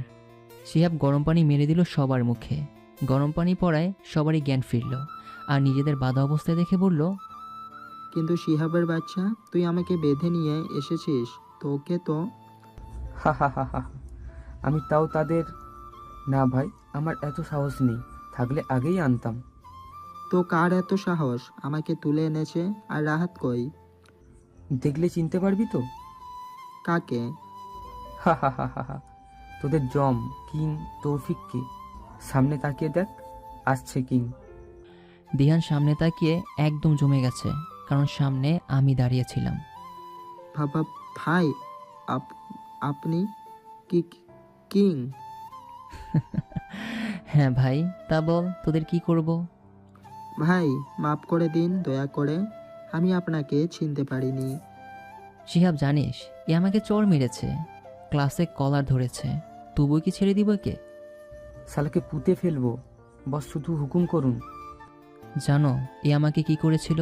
আমার মাথায় বাড়ি দিয়েছিল, বুকে গুলিও করেছিল, তাও বলছে মাফ করে দিন। বলি শালা, আমিও তো ভালো নয় রে, ভালো অত আমি ভালো নই। খ্যাচ খ্যাচ করে 4 কোপে দিহানের হাত পা আলাদা করে দিলাম। কোনো শব্দ নেই মুখে, কারণ কোপ মারার আগেই টেপ লাগিয়ে দিয়েছিলাম। বস মরে যাবে, দ্রুত কিছু করুন। শিহাব, তুমি শ্যুট করো, আমি ওর মাথাটাকে আলাদা করে দিব একসাথে। শিহাব AK-47 দিয়ে ওর পুরো বুকে গুলি করতে লাগলো। আমিও ওর ধর থেকে মুন্ডটাকে আলাদা করে দিলাম। একে একে সবকটাকে মেরে সবার বুকে লিখে দিলাম, কিং ইজ ব্যাক। তারপর শিহাব লাশগুলোকে নিয়ে চলে গেল সোজা কলেজ মাঠে ঝুলিয়ে দিতে। পরের দিন কলেজে যেতেই দেখলাম পুলিশের ভিড়। এতগুলো লাশ কিসের, আর কে করেছে খুন, সেসব নিয়ে পুরো কলেজ ঘিরে রেখেছে। কই থেকে যেন দিয়ে আমার সামনে এসে জড়িয়ে ধরে কান্না করতে লাগলো। এর কান্না দেখে নিজের খুব খুশি লাগলো, তবুও মনটা খারাপ করে বললাম, কি হয়েছে দিয়া জানো, কান্না করছো কেন তুমি? আসলে আমার লোক দিহান খুন হয়েছে। কি খুন? কে করেছে? দিয়া চারদিকে চোখ ঘুরিয়ে এগিয়ে এসে বলল, কিং তৌফিককে চেনো? সেই খুন করেছে। কি? আমিও তো শুনেছি মিশার গ্যাং ওকে 4 বছর আগে খুন করে নিজেই ডন হয়েছে। তুমি এগুলো জানো কি করে? আসলে আমি এতদিন লন্ডনে ছিলাম, দেশে আসার পর সব শুনেছি লোকদের মুখ থেকে আর কি। ও তাই বলো। দিয়া, আমি যতদূর জানি দিহান কাল রাতে আমাকে তুলে নিয়ে গিয়েছিল। কি? দিহান তোমায় তুলে নিয়ে গেছিল? হ্যাঁ, আর মেরেছেও, কিন্তু হঠাৎ কেউ একজন দানব আকৃতির, পুরো 6 ফুট 2 ইঞ্চির মতো, প্রায় আমার মতো বডি বিল্ডার, মুখে কিংয়ের মতো মাস্ক পরে এসেছিল। এসে সবকটাকে শ্যুট করে আমার হাতের বাঁধন খুলে দিয়ে দিহানদের নিয়ে গিয়েছিল। দিয়ার দিকে তাকিয়ে দেখি ও কাঁপছে, হাত পা থর থর করছে, মনে হয় পড়ে যাবে, তাই ধরলাম আমি। ওটাই কিং ছিল। কি কিং? রাহাত প্লিজ আমাকে বাসায় নিয়ে চলো প্লিজ। ওকে বলে ওকে নিয়ে ওর বাসায় আসলাম, ওর রুমে। দিয়া, আমার না ইচ্ছে করছে এখন। রাহাত আমি চিন্তায় আছি, প্লিজ আজ নয় অন্য দিন। কিন্তু কে শোনে কার কথা? ওর এই মানসিক চিন্তার মাঝেও শারীরিক নির্যাতন করে ধুকে ধুকে মারব। এবারও পুরো 1 ঘন্টা নিজের চাহিদা মিটিয়ে পরে থাকা কাপড়গুলো পরে নিলাম, দিয়াও পরে নিল। তোমাকে মানা করলাম, শুনলে না কেন? কি করব, তোমাকে দেখে আর তো কন্ট্রোলই করতে পারিনি, মন চাচ্ছে আরও একটাবার করি। রাহাত তুমিও না, বদমাইশ। শোনো, আমার এখানে এসো, বসো। ভদ্র ছেলের মতো বসলাম। আসলে রাহাত, কিং আমাকেও মারবে। কিং তো ভালো, তোমাকে মারবে কেন? আসলে আমি কিংয়ের সাথে প্রেমের অভিনয় করে আমার বাবা মাকে মারতে সাহায্য করেছি। কি? ওর থেকে উঠে এসে তার মানে তোমার বাবাই মিশা? হুম। দিয়ে আমি গেলাম, আমাকে কিং মারবে, আমি আসি। বের হতে যাব, অমনি দিয়া দৌড়ে এসে জড়িয়ে ধরে বলল, বাবু, আমি তো ভালোবাসি তোমাকে, তোমার কিছু হতে দিব না, সত্যি। যদি তুমি কিংয়ের মতো আমার সাথে বেইমানি করবে না তা আমি বুঝবো কি করে? আর কিংয়ের সাথে তোমার শারীরিক সম্পর্ক হয়নি, বুঝবো কি করে এটা আমি? উফ, তুমিও না, ওকে আমি ছুঁতেও দিইনি। এখন প্লিজ আমার সাথে 5 দিন থাকো। বাবা বাইরে আছে, বাবা আসলেই তোমার সাথে পরিচয় করিয়ে দিয়ে তোমাকে নিয়ে দেশ ছেড়ে যাব। কিন্তু আমি যে তোমার সামনে থাকলে কন্ট্রোল করতে পারবো না নিজেকে। কন্ট্রোল করতে বলেছে কে? ধাক্কা দিয়ে ফেলে দিলাম।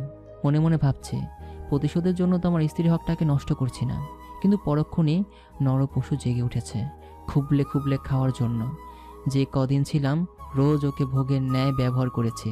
5ম দিনে ওর বাবা আসার কথা, তাই সকালবেলা ইচ্ছে মতো ভোগ করে বের হতে যাব, ও আমাকে আটকালো।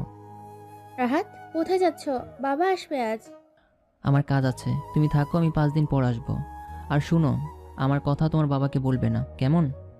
ঠিক আছে। চলে আসলাম এই জন্য আমার এখনও কয়েকজনকে শেষ করতে হবে।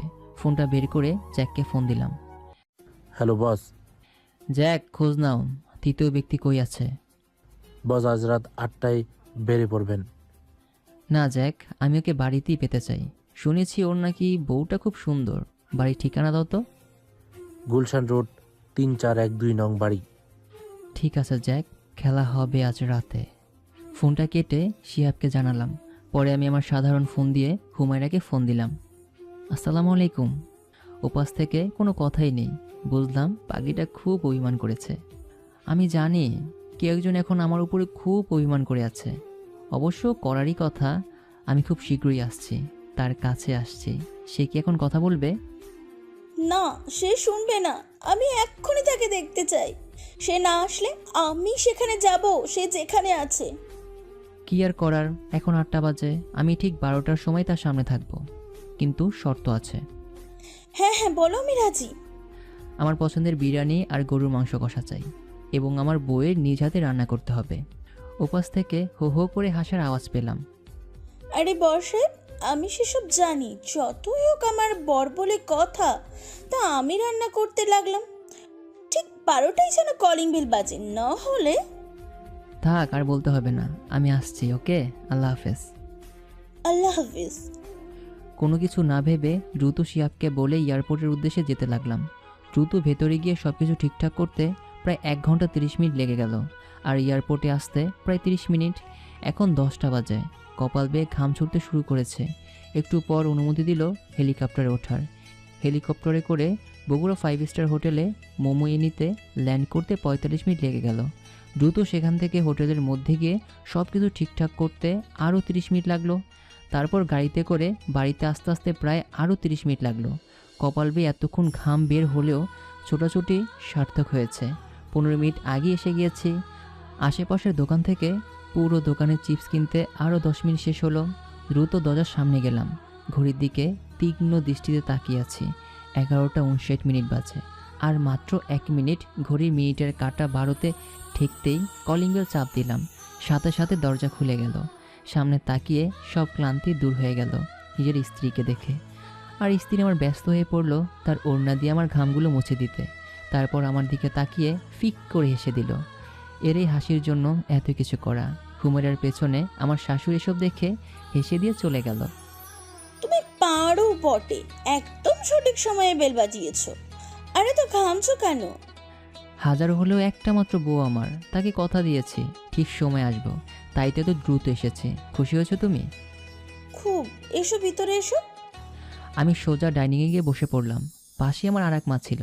তিনি আমার দিকে মায়াময়ী হাত দিয়ে আদর করে বলল, আমার ছেলেটাকে দেখি খুব টেনশনে ফেলেছিস আমার মেয়ে। মা, খুব। উফ, এতগুলো পথ এত কম সময় চলে এসেছি, যে কি বলো না তুমি। পাগল ছেলে, তা কই ছিলে? বাবা, আমার কথা কি তোমার মনে পড়ে না? মা, আমার যাদের জন্য করুণ অবস্থা, আমার দেশের খারাপ অবস্থা, তাদের উপর প্রতিশোধ নিতে আমি দূরে আছি। মা, আমি অতটাও ভালো নই। আমার সাথে যা করেছে সেটা মাফ করলাম, কিন্তু আমার সে ছোট সেসব অনাথ ভাই বোনেরা যে আমার জন্য কেঁদেছে, আমি কি তাদের এই কান্না ভুলতে পারবো? কখনই না মা, কখনই আমি পারবো না এটা। হুমায়রা একের পর এক আইটেম নিয়ে এসে রাখছে। একটু পর আমাকে আর মাকে সার্ভ করে দিল, কিন্তু সে বসলো না। আমি বলার পরও না, আমার খাওয়ার দিকে তাকিয়ে আছে। মা মনে হয় কিছু একটা আন্দাজ করেছে, তাই খাবার নিয়ে রুমে যেতেই হুমায়রা আমার কোলে বসে পড়ল। তারপর অভিমানী কণ্ঠে বলল, তুমি তো রাক্ষস, আমাকে খাওয়াবে কে? কেন, তুমি তুলে খাবে? এই হনুমান, তুমি থাকতে আমি কেন তুলে খাবো? তুমি তুলে খাও। বললাম তো পারবো না। সত্যি তো, আমাকে কেন খাওয়াবে? খাবো না। কাঁদো কাঁদো করে কথাটা বলে উঠতে যাবে, অমনি কোলে বসিয়ে গালে হালকা কামড় দিয়ে বললাম, আমার বউটা তো দেখি খুব অভিমানী।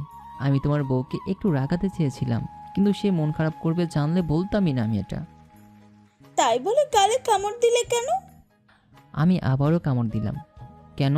আমি আমার বউকে কামড় দিব, চুমু দিব, আদর করব, তাতে ডাক্তার ম্যাম আপনার কি? হয়েছে হয়েছে, এখন খাও, ক্ষুধা পেয়েছে। কি করব পাঠক পাঠিকা, একটা মাত্র বউ আমার। যতই মাস্তান হই, বউয়ের কাছে রোমান্টিক আর ভীতু হতে হয়। বউকে খাওয়াচ্ছি, আমিও খাচ্ছি। খাওয়ার শেষে হুমায়রার হাতে কামড় দিয়ে দিল। কি হলো এটা? কামড় দিলে কেন? আমার একটা মাত্র বর, বিয়ের প্রথম এত আদর করে খাওয়ালো, তাই একটু তাকে আদর করলাম। এটা আদর? কামড় দিয়ে আদর? এই যে মিস্টার, আমি আমার স্বামীর হাতে কামড় দিয়েছি, তাতে আপনার কি? আমি তাকে কামড় দেবো, হাতে রক্ত বের করব, তারপর সেই হাতে ব্যান্ডেজ করে নিজে হাতে তুলে খাওয়াবো, বুঝেছেন? পাগলি আমার কথা আমাকে ফেরত দিচ্ছ? মিস্টার বর। খাওয়া দাওয়া করে বউটাকে কোলে নিয়ে শুয়ে পড়লাম। কিছুক্ষণ ঘুমিয়ে ফ্রেশ হয়ে হুমায়রার দিকে তাকালাম। সে মনটা খারাপ করে চেয়ে আছে। বউ, আমি আসছি। আবার কবে আসবে? সামনের সপ্তাহে। অপেক্ষা করব আমি। হুমায়রা শোনো, আমি একটা নাম্বার দিব, তুমি এই নাম্বারে কখনো ফোন দিবে না যতক্ষণ না আমাকে তুমি কন্ট্যাক্ট করতে না পারো। 2 থেকে 3 দিন অপেক্ষা করবে, তারপরও আমার নাম্বার বন্ধ পেলে এই নাম্বারে ফোন দিবে। এ তোমাকে সব বলে দিবে, এবং যদি বলে আমার কিছু হয়েছে, তো মাথা ঠান্ডা করে তাকে জিজ্ঞাসা করবে সেখানে যাওয়া যাবে তো। যদি বলে হ্যাঁ, তবেই তুমি যাবে, নয়তো না। ঠিক আছে। মায়ের কাছ থেকে বিদায় নিলাম। বাড়ি থেকে বের হব, তাই হুমায়রা এগিয়ে দিতে এলো। ওকে আলতো করে জড়িয়ে ধরে একটা চুমু দিলাম। ও আমার দিকে একটা টিফিন এগিয়ে দিয়ে বলল, এটা পৌঁছিয়ে খাবেন। বউ যখন বলেছে তখন তো খাবই। মুচকি এসে বের হয়ে এলাম। ঢাকায় আসতে প্রায় 4 ঘন্টা লেগে গেল। তারপর ফোনটা চালু করতেই শিহাবের ফোন আসলো। বস, আমি আপনার বাড়ির সামনে আছি। কি বলিস? ছদ্মবেশে আছিস কি? জি ভাই। ঠিক আছে, আসছি আমি। বাসায় গিয়ে দেখি শিহাব দাঁড়িয়ে আছে। দেখে মনে হলো কিছু খায়নি, মুখটা অনেক শুকনো। তাই ওকে ফ্রেশ হয়ে আসতে বলে খাবারগুলো গরম করে নিয়ে এলাম। বউ দেখি 3 থেকে 4 জনের খাবার দিয়েছে। ওখান থেকে আমি কিছু নিয়ে শিহাবকে সব দিলাম। মনে হয় পাগলটা কিছুই খায়নি। শিহাব দ্রুত খেতে লাগলো। এটা দেখে মনে পড়ে গেল সেই দিন সন্ধ্যার কথা। ছোট ছোট ছিনতাই করতাম, আর সেখান থেকে টাকা জমিয়ে পিস্তল কিনেছিলাম। ভালো টাকাওয়ালাও হয়েছিলাম। সাকিব আর আমি ওইসব করতাম। তখন থেকেই বুঝতাম সাকিব কিং হতে চায়, তবুও না বোঝার ভান করতাম। তো সেই দিন বৃষ্টি হচ্ছিল। ছিনতাইয়ের সময় পুলিশ দেখে ফেলে, আর আমি পালিয়ে আসি। কিন্তু পথমধ্যে আসার সময় দেখলাম একটা 15 বছরের ছেলেকে একটা দোকানে মারছে। এগিয়ে গিয়ে শুনতে পেলাম ছেলেটা ওই দোকান থেকে রুটি চুরি করে খেয়েছে, সেজন্য নাকি মারছে। তাই আমি এগিয়ে গিয়ে ছেলেটাকে তুলে বললাম, ভাই তোর নাম কি, আর ও তোকে মারছে কেন? ভাই, আমার নাম শিহাব, আর ইনি আমাকে কী সব এর একটা প্যাকেট এগিয়ে দিয়ে বলেছিল এগুলো যেন আমি বিক্রি করি, কিন্তু আমি বিক্রি করতে অস্বীকার করায় আমাকে রুটি চোর বলে মারছে। কথাটা শুনিয়ে চোখটা গরম হয়ে গেল। দোকানদার তখনও ভাব নিয়ে দাঁড়িয়ে আছে। এই টোকাই, তুই কে রে? কাজ করবি আমার নাইলে? কিসের কাজ? দোকানদার একটা প্যাকেট এগিয়ে বলল, এগুলো বিক্রি করে দিবি? প্যাকেটটা ছিল হিরোইনের। এটা তো হিরোইন, তুই এসব বিক্রি করিস? শালা, তোকে তো আমি মারতে আসবে অমনি পেছন থেকে M1911 পিস্তল বের করে ওর মাথায় ঠেকিয়ে বললাম, তুই কি ভাবিস রে, তোকে আমি তোকে পুঁতে ফেলবো। কেনলা পিস্তল দেখে ভয় দেখাচ্ছিস? ট্রিগারে চাপ দিলাম, অমনি বুলেট দোকানদারের মাথা ফুটো করে চলে গেল। এতক্ষণ পর ছেলেটার দিকে তাকালাম, দেখতে খুব সুন্দর, কিন্তু দালালদের চক্রে পড়েছে। পকেটে প্রায় একটু আগে ছিনতায় টাকা ছিল, ওগুলো ওর দিকে বাড়িয়ে দিয়ে বললাম, টাকাগুলো রাখ। না ভাই, আমি নেব না। না নিলে খাবি কি? ভাই, আপনি যা করেন আমিও তাই করে খাবো। কেন? ভাই, আমি বুঝেছি, ভালো মানুষকে ঠুকরে খায় কিছু মানুষরূপী শয়তান, তাদের শেষ করব ভাই।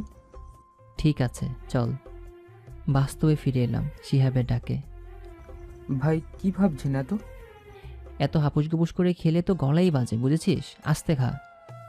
কি করব ভাই, এটা খুব টেস্ট। সমস্যা নেই, আবার এনে দেব। খাওয়ার পর্ব শেষ। ব্যবস্থা হয়েছে? জি বস। তারপর প্ল্যানগুলোকে বুঝিয়ে দিলাম। মাঝ রাস্তায় একলা দাঁড়িয়ে আছি, প্রচুর বৃষ্টি হচ্ছে, তবু আমি দাঁড়িয়ে আছি।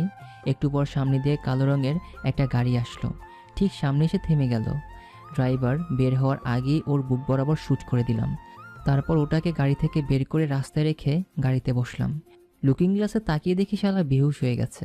ভালোই হলো, এনজয় করা যাবে ভালো মতোই। ড্রাইভ করে বাচ্চাকে ওর বাড়ি নিয়ে আসলাম, কিন্তু ও বেহুশ, হাঁটতে পারবে না। তাই কোলে করে দরজায় কলিং বেল দিলাম। একটু পর 50-এর মতো সুন্দরী এসে দরজা খুলে দিয়ে ব্যস্ত হয়ে পড়ল। এই ছেলে, তুমি কে? আমার স্বামীর কি হয়েছে? অতিরিক্ত ড্রিঙ্কস করায় কোনো জ্ঞান নেই। আমি ওনার নতুন ড্রাইভার, এনাকে কোথায় রাখবো? ভিতরে রাখো। চেহারায় কেমন যেন কুমারী ভাব। আমি বাদশাকে ভেতরে নিয়ে গিয়ে ধপাস করে ফেলে দিয়ে মহিলাটাকে নিয়ে সোফার উপরে ঝাঁপিয়ে পড়লাম। মহিলা ছাড়ানোর চেষ্টায় ব্যস্ত, কিন্তু আমি ওর প্রত্যেক অঙ্গে এমন কামড় দিয়েছি যে শুধু চিৎকারের শব্দই আসছে। ছেড়ে দে আমাকে। আমি কে জানিস? আমি এই থানার অফিসারের স্ত্রী। তোকে আমি ফাঁসিতে লটকাবো। আমি কে জানিস? কিং। চিনিস? তুই কেমন মা যে নিজের ছেলে মানে দিহানকে অন্যের বাড়িতে রাখিস একটা মেয়েকে পটাতে? কত মেয়েকে তোর সামনে নষ্ট করেছে, তা তো তুই জানিস। বাধা দিয়েছিলি, এখন ছটপট করিস কেন? তোর ছেলে যাদের ধর্ষণ করেছিল ঠিক তাদেরও এমনটাই হয়েছিল। ওর কোনো কথা নেই, শুধু চিৎকার ছাড়া। আমিও কম নই, ওর মুখটাকে এমনভাবে ধরেছি যে ওর চোয়ালের হাড়টি ভেঙে যাবে। প্রায় 3 থেকে 4 ঘন্টা এক নাগারে শারীরিক নির্যাতন সহ্য করতে না পেরে বেচারি মারা গেল, আর নিজের মুখে হাসি ফুটে উঠল। ওকে ছেড়ে বাসার সামনে এলাম। তারপর পাশে একটা চেয়ারের সাথে বেঁধে কিচেন থেকে ধারালো ছুরি, কাঁটা চামচ আর গরম পানির উচ্চ গরম পানি এনে ওর পুরুষাঙ্গের উপর ঢেলে দিলাম। সাথে এবার চোখ বড় করে তাকালো। নেশা কেটে গেছে ওর। এই, তুই কে? আমাকে এখানে এনেছিস কেন? কিছু প্রশ্নের উত্তর জানতে। কে কে কে তুই? কে হতে পারি বলতো? চিনিসনি এখনো? কি কি কিং? যাক, তাহলে চিনতে পেরেছিস তবে। ভাই, আমাকে মারবেন না ভাই, প্লিজ আমাকে মারবেন না ভাই। ঠিক আছে, এখন আমার কিছু প্রশ্নের সত্যি উত্তর দিবি। হ্যাঁ হ্যাঁ দিব, বলুন ভাই। আমার মা কই? চুপ।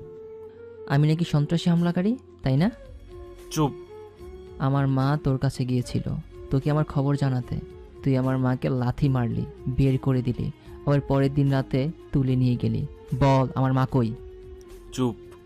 বাচ্চা চুপ থাকা দেখে শরীরের রক্ত গরম হয়ে গেল। কাঁটা চামচ ওর 2 হাতে অসংখ্য বার ঢুকাতে লাগলাম। বল, দ্রুত বল। আমার বেডরুমের খাটের নিচে আন্ডারগ্রাউন্ড রুম আছে। আমি ব্লুটুথ ইয়ারফোনে। শিহাব, বাইরে কভার করো। ওকে। আমি দ্রুত বেডরুমে গিয়ে খাটটাকে খুব কষ্টে সরালাম। তারপর চেয়ে দেখলাম একটা দরজা নিচের দিকে চলে গেছে। খুব সাবধানে নিচে নামতে লাগলাম। অন্ধকার পেরিয়ে আলো সূচনা হতেই চোখ দিয়ে পানি বের হয়ে গেল। একটা মহিলাকে চেয়ারের সাথে বেঁধে রেখেছে। সামনে এগিয়ে গিয়ে মাকে ডাকলাম, কিন্তু তার কোনো সাড়া নেই। দ্রুত হাতের পালস চেক করে দেখলাম এখনও চলছে। আর দেরি করলাম না, কোলে নিয়ে দ্রুত ড্রয়িং রুমে এলাম। বাচ্চা, আমার মা এমন নিশ্চুপ হয়ে আছে কেন? বল তাড়াতাড়ি। ভাই, ওনাকে ঘুমের ইঞ্জেকশন দিয়ে ঘুমিয়ে রেখেছি। ভালো করেছিস। ভাই, এবার তো আমাকে ছাড়ুন। হ্যাঁ রে, ছাড়বো। তা বলতো, কোন হাত দিয়ে তুই লিখিসনি? এই ডান হাত। ধারালো ছুরিটা দিয়ে জোরে কোপ মারার পর ওর হাতটা ভিন্ন হয়ে গেল। ওর মুখে কষ্টে। তাই এবার বল, কোন পা দিয়ে জানি লাথি মেরেছিস? এটা না, এটা। ক্যাচ ক্যাচ করে পা দুটো আলাদা করে দিলাম। ওর বুকে লিখে দিলাম, king is back, now it time is start Misha. লেখা শেষ হলে ওর বুকে, নাকে, চোখে সব জায়গায় চাকু ঢুকিয়েছি। তখন মনে পড়ল আমার মায়ের কথা। দ্রুত তাকে নিয়ে গাড়িতে বসলাম। শিহাব, দ্রুত গাড়ি ড্রাইভ কর, বগুড়া যাব। শিহাব, দ্রুত চল। বস, ইনি কে? এটা আমার মা, মানে তোরও। তুই দ্রুত গাড়ি চালা। পকেট থেকে ফোনটা বের করে হুমায়রাকে ফোন দিলাম। কয়েকবার রিং হলো, ধরলো না। আবার দিলাম, এবার ধরলো। হ্যালো হুমায়রা। কি হয়েছে সারাদিন মনে থাকে না, শুধু রাতেই মনে পড়ে আমার কথা। এখন ফাজলামো রাখো, আমি আসছি। তোমার ডাক্তারি যত যন্ত্রপাতি আছে বের করে রাখো। কেন? আর এমন লাগছে কেন তোমার কণ্ঠ? হুমায়রা, তোমায় যা বলেছি তাই করো, দ্রুত। ফোন কেটে মায়ের মাথায় হাত বুলিয়ে দিতে লাগলাম। কতদিন পর দেখলাম একদম শুকিয়ে গেছে। প্রায় 4 ঘন্টা পর বাড়িতে এলাম। আমি কলিং বেল বাজাবো, এমন সময় খুলে গেল। আমি কথা না বাড়িয়ে দ্রুত মাকে পাশের রুমে নিয়ে গেলাম। হুমায়রা, দেখো তো আমার মার কি হয়েছে, জ্ঞান নেই কেন ওনার? কি? এটা তোমার মা? হ্যাঁ হুমায়রা, এখন কথা কম বলে দ্রুত দেখো তুমি। হুমায়রা একবার চোখ আবার পালস চেক করে। একটু পর কই থেকে যেন স্লাইন নিয়ে এসে তা লাগিয়ে দিয়ে হাসি মুখে বলল, সমস্যা নেই জানা, উনি ঠিক আছে। তবে মনে হয় কোনো অন্ধকার বা আলো বাতাসহীন জায়গায় রাখা হয়েছিল, যার জন্য খাওয়া দাওয়া করলেও এমন হয়েছে। আর প্রচুর ঘুমের ইঞ্জেকশন দেওয়া হয়েছে। হুমায়রা, বাড়িটা আবার পাল্টাতে হবে, দ্রুত সবকিছু গুছিয়ে নাও। কেন? এটা তো ভালো আছে। না হুমায়রা, তুমি যাও। আর মা কই? ঘুমিয়ে পড়েছে। ঠিক আছে, ডাকতে হবে না বলে নিজে গিয়ে কোলে করে এনে গাড়িতে বসালাম। তারপর আমার নিজের মাকেও গাড়িতে বসালাম। একটু পর হুমায়রা এলো, কিন্তু আগেকার গাড়িটাকে আমি অন্য একটা সোলজার দিয়ে বহু দূর নিয়ে নষ্ট করে দিতে বলেছি। 2টা মা আর বউ আর শিহাবকে নিয়ে বেরিয়ে পড়লাম। একটু পর বিশাল এক বাড়িতে আসলাম। এটাই হলো আমার আসল বাড়ি, যা কেউই জানে না। হুমায়রাকে ভেতরে যেতে বলে আমিও মাকে কোলে নিলাম। একটাকে রেখে আবারও আরেকটাকে নিয়ে গেলাম। বাড়িটা পুরো 2 একর জমির উপরে। চারপাশে প্রচুর সোলজার দিয়ে গার্ড দিচ্ছে। আর তাছাড়াও উন্নত মানের যন্ত্রপাতি আছে, মেশিন গানও ফিট করা আছে। এসব ঠিকঠাক করে পরের দিনই চলে আসি ঢাকায়। পরের দিন ঢাকায় আসতে দিয়ার ফোন। বিরক্ত হয়ে রিসিভ করলাম। হ্যালো। তুমি কই? আমি তখন বাসায়। কেন, কি হয়েছে? তোমার কথা বাবাকে বলেছি, তুমি কি আজ আসবে? ঠিক আছে, আসবো। শালে, তোর বাপকে তো শুয়ে দিব আজ। ফোন করলাম শিহাবকে, তারপর যা যা করতে হবে তা বলে দিলাম। তো বিকেলবেলা দিয়াদের বাসায় গিয়ে তো আমি অবাক। পুরো বাড়িতেই সিকিউরিটি দিয়ে ভর্তি। খুব সাবধানে ভেতরে গেলাম। সবাই কেমন যেন আর চোখে তাকালো, কিন্তু কেউই কোনো বাধা দিল না। এখন আমি বসে আছি মিশার সামনে, আর দিয়ে গিয়েছে চার নাস্তা আনতে। তুমি কি জানো আমি কে? জি জি। এমন ভাব করছি যেন ওকে দেখে আমার ভয়ে হাঁটু কাঁপছে। আমার এমন অবস্থা দেখে মিশা হেসে দিল, আমি একটু হাসলাম। ইয়াং ম্যান, ভয় পেও না, আমি তোমাকে কিছু বলবো না। আমি চাই সবাই আমাকে দেখে ভয় পাক, কিন্তু তুমি আমার জামাই হবে, তোমাকেও আমার মতো হতে হবে, ভয়কেই জয় করতে হবে। আমি তোমাকে আমার জায়গাটা ছেড়ে দেব, কি নিবা? না না বস, আমি এসবের মধ্যে জড়াইতে চাই না। তবুও আপনি বললে আপনার মতো হব, তবে আপনার জায়গা আপনারই থাকবে। সাবাস, তোমাকে আমার পছন্দ হয়েছে। তোমাকে আমি আমার মেয়ের যোগ্য হিসাবে নির্বাচিত করলাম। আজ রাত 8টায় তোমাদের বিয়ে, আর রাত 12টায় তোমাদের ফ্লাইট আমেরিকায়। ওখানেই হানিমুন সেরে ফেলবা, আর না হলে প্লেনেই সারতে পারো, প্রাইভেট জেটে যাবে। বলে আমার কাঁধ চাপড়ে দিল। মানে যৌতুক চাচ্ছ নাকি? আসলে আমার তো বাবা মা নেই। আপনি আমার বাবার মতো, আপনি যা বলবেন তাই হবে। রাহাত, মন খারাপ করো না, আমি আছি। চলো বিয়ের সব কিছু রেডি করি। এখন রাত ঠিক 8টা বাজে, সব কিছু রেডি। একজন কাজী বিয়ে পড়াচ্ছে। আমাকে কবুল বলতে বলার সাথে সাথেই কাজী মাথা থুবড়ে পড়ে গেল, আর একটা গুলি ঠিক মিশার লাগতেই আসছিল, কিন্তু আমি দ্রুত মিশাকে ধাক্কা দিয়ে সরিয়ে দিলাম। অমনি গুলিটা আমার বাঁ হাত ফুটো করে দিল। সাথে সাথে পুরো বিয়ের আসর গোলাগুলিতে ব্যস্ত হয়ে পড়ল, কিন্তু কেউ কাউকে দেখতে পেল না। শুধু শুধু হাওয়াতেই ফায়ার করতে লাগলো। মিশা মাটি থেকে উঠে অবাক হয়ে তাকালো আমার দিকে। ততক্ষণ আমি ভয়ে আর ব্যথায় নিচে শুয়ে পড়েছি। মিশা দ্রুত আমাকে নিয়ে ঘটনাস্থল ত্যাগ করলো। ভাবছেন তো কি হলো? আরে ভাই, এটাই তোমার প্ল্যান ছিল। আর গুলি হামলা করেছে আমার লোকরাই। আর আমি মিশাকে কেন বাঁচালাম? আরে ভাই, ওর বিশ্বাস অর্জনের জন্যই তো আমি এমনটা করলাম। হসপিটালের বেডে শুয়ে আছি, পাশে দিয়া আর আরেক পাশে মিশা। বাবা, তুমি আমাকে বাঁচাতে নিজেকে মৃত্যুর দুয়ারে ঠেলে দিলে কেন? আপনি আমার বাবা আর হবু শ্বশুরও। আপনাকে রক্ষা করা তো আমার দায়িত্ব। দেখলে বাবা, আমি ঠিক মানুষকে বেছে নিয়েছি। এটা কে করতে পারে? আর দিহান কই? আসলে বাবা, দিহান খুন হয়েছে, সাথে বাদশাও খুন হয়েছে। কি? তুই আমাকে আগে বলিসনি কেন? কে খুন করেছে? বাবা, কিং কিং আবার ফিরে এসেছে। আর ওই এসব করছে। আমার মনে হয় আজকের হামলাও ওই করেছে। দিয়া, তুমি বাইরে যাও, জামাইয়ের সাথে কথা আছে আমার। আমি থাকলে কি হবে? তুমি বাইরে যাও। দিয়া চলে গেল। রাত, আমি জানি তুমি কে। মানে? তুমি লন্ডনের একজন মাস্তান, তাই তো? আপনার কাছে কিছুই লুকাবো না। হ্যাঁ, সত্যি, আমি লন্ডনের একজন মাস্তান দলের লিডার ছিলাম। তুমি এখানে এসেছো কেন? আমি এখানে এসেছি কিংয়ের খোঁজে। যে কিং 4 বছর আগে মারা গিয়েছিল, তাকে আমি লন্ডনে দেখেছি। আর আপনি নাকি ওকে মেরেছেন, তাই আপনার সাহায্যের জন্য এসেছি আমি। কিং আমার প্রায় 400 কোটি টাকা লস খাইয়েছে, তাই ওকে আমি শেষ করে দিব। এই না হলে আমার জামাই। বলো, প্ল্যান কি? তেমন কিছুই না। আর হ্যাঁ, খবর পেয়েছি দিয়া কিংকে সব খবর দিচ্ছে। আপনার আসার খবর ওই দিয়েছে। কিন্তু তুমি এগুলা জানলে কেমনে? বাবা, আমি লন্ডনের মাফিয়া লিডার। অনেক উন্নত প্রযুক্তি আছে আমার কাছে। আপনি কি প্রমাণ চান? হ্যাঁ হ্যাঁ, বলো। আপনার মেয়ে আপনাকে কেন দিহান আর বাদশার খুনের কথা বলেনি জানেন? জানলে আপনি আসতেন না তাই। আর আপনাকে সহ আমাকেও কিং মারবে। এখন কি করব?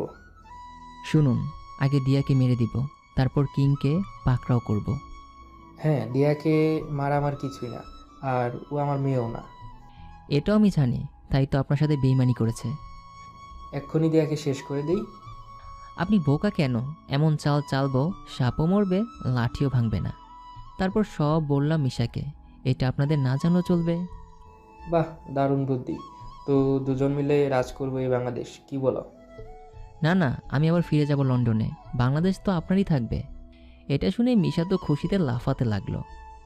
সত্যি? সত্যি। আর শুনুন, আমি শুনেছি কিং আপনার লোকদেরকে কিনে নিয়েছে, তাই কারো উপরে কিন্তু বিশ্বাস না করে ভালো। তো কি করবো এখন? সুস্থ হই। আমার লোকজন দেশে আসলে কিংয়ের খেল খতম করে দিব। 10টা দিন হসপিটাল থেকে মিশাকে নিয়ে নির্জন জায়গায় আসলাম। শিহাবকে প্ল্যান বুঝিয়ে দিচ্ছি। এমন সময় পেছন থেকে দিয়া হাততালি দিয়ে বলল, বাহ, তুই তো খুব ড্রামাবাজ। নিজেই কিং হয়ে রাহাত সজীব বাবাকে বলল। আমি তো রাহাত কিং হব কেন? আমি জানি কিং তুই, রাহাত নয়। বল, আমার রাহাত কই? আমি অট্ট হাসি দিয়ে বললাম, তোর রাহাতকে তুই পাবি, কিন্তু ছোট্ট একটা কাজ করতে হবে। পারবি? রাহাতকে পেতে হলে আমি সব করব, তুই বল। তুই তোর বাপকে খুন করবি, পারবি এটা করতে? পারবো, তবু আমার রাহাতকে চাই। নিজের বাপকে মারতে পারবি? শোনো, বাপ হয়েছে তো কি হয়েছে, আমি আমার রাহাতকে চাই। আজ রাতেই এই মিশার শেষ দিন। এমন সময় মিশা আড়াল থেকে বের হয়ে বলল, জামাই ফাটিয়ে দিয়েছে তো। মা, তুই রাহাতের জন্য আমাকে মারবি? রাহাত তুলে নিয়ে এসো। বর্তমানে সামনে দিয়াকে বেঁধে রাখা হয়েছে, আর ওর মুখের মধ্যে কষ্টিপ দিয়ে আটকে দিয়েছি। ওর কানের কাছে গিয়ে আস্তে আস্তে বললাম, তুই আমাকে ধোকা দিয়েছিলি তাই না? এবার তোকেও আমি ধোকা দিলাম। কত বড় সাহস আমাকে মারবে? জামাই, বুঝিয়ে দাও আমি কে। বলে মিশা চলে গেল। আমি আমার পুরুষত্বর উপরে খাটালাম। তারপর ওর যৌনাঙ্গে চাকু দিয়ে খুঁচিয়ে খুঁচিয়ে একদম থেতলে বানিয়ে দিলাম। মুখ থেকে কস্টেপটা খুলে ওর জিব্রা গোড়া থেকে কেটে দিলাম। 2টো স্তনই গোড়া কেটে দিলাম। শেষে যখন নিস্তেজ হয়ে যাবে ওর দেহ, তার আগেই পুরো শরীর জুড়ে চাকু ঢুকিয়ে ঢুকিয়ে ফুটো করে দিলাম। শেষে ধর থেকে মাথাটাকে নামিয়ে দিলাম। এমনই হওয়া উচিত বিশ্বাসঘাতকদের শাস্তি। এমনই হওয়া উচিত। এমনই সময় পেছন থেকে কিছু একটা এসে ডান হাতে লাগলো। পেছনে ফিরে দেখি মিশা। খুব অ্যাক্টিং পারিস তুই কিং। আসলে তুই আর হাজার একটা। বাহ ভাই বাহ, মানতে হবে তুই বড় মাপের অভিনেতা। কি বলছেন এসব? আমি আরে পাগলা, আমি তো চালাকি বুঝিনি, কিন্তু তোকে সন্দেহ হয়েছিল কেন জানিস? তোর শরীরে আমি চিপ লাগিয়েছিলাম।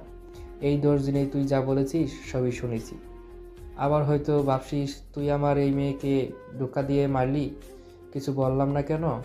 আর এটা তো সিম্পল, ও আমাকে মারতে চেয়েছিল। বাহ, তোর তো দেখি খুব বুদ্ধি হয়েছে রে। বলতেই আরও একটা গুলি ডান বুকে লাগলো। ফিনকি দিয়ে রক্ত বের হতে লাগলো। অতিরিক্ত রক্ত পড়ে চোখটা বন্ধ হয়ে এলো। ডান হাতের তালুতে প্রচুর জোরে কামড় দিয়ে চোখ খুলে রাখলাম। মিশার পায়ে হাত চলে গেল। হ্যাঁ রে, হয়েছে, সব তোর দেখে শেখা। আর শোন, পা ধরে লাভ নেই, আমি তোকে ক্ষমা করবো না রে। এখন যা, উপরে যা। আবারও গুলি করতে যাবে, অমনি ওর পা ধরে জোরে টান মারলাম। তাল সামলাতে না পেরে পড়ে গেল। সাথে ওর হাত থেকে পিস্তলটা পড়ে গেল। আমি রহস্যময় হাসি দিয়ে গুলি থেকে সমস্ত বুলেট বের করে নিলাম। চল, এবার হ্যান্ড টু হ্যান্ড ফাইট হোক। চল, হয়ে যাক। মিশে একের পরে কিক মারতে লাগলো। আমি সেগুলো কভার করতে হিমশিম খেয়ে গেলাম।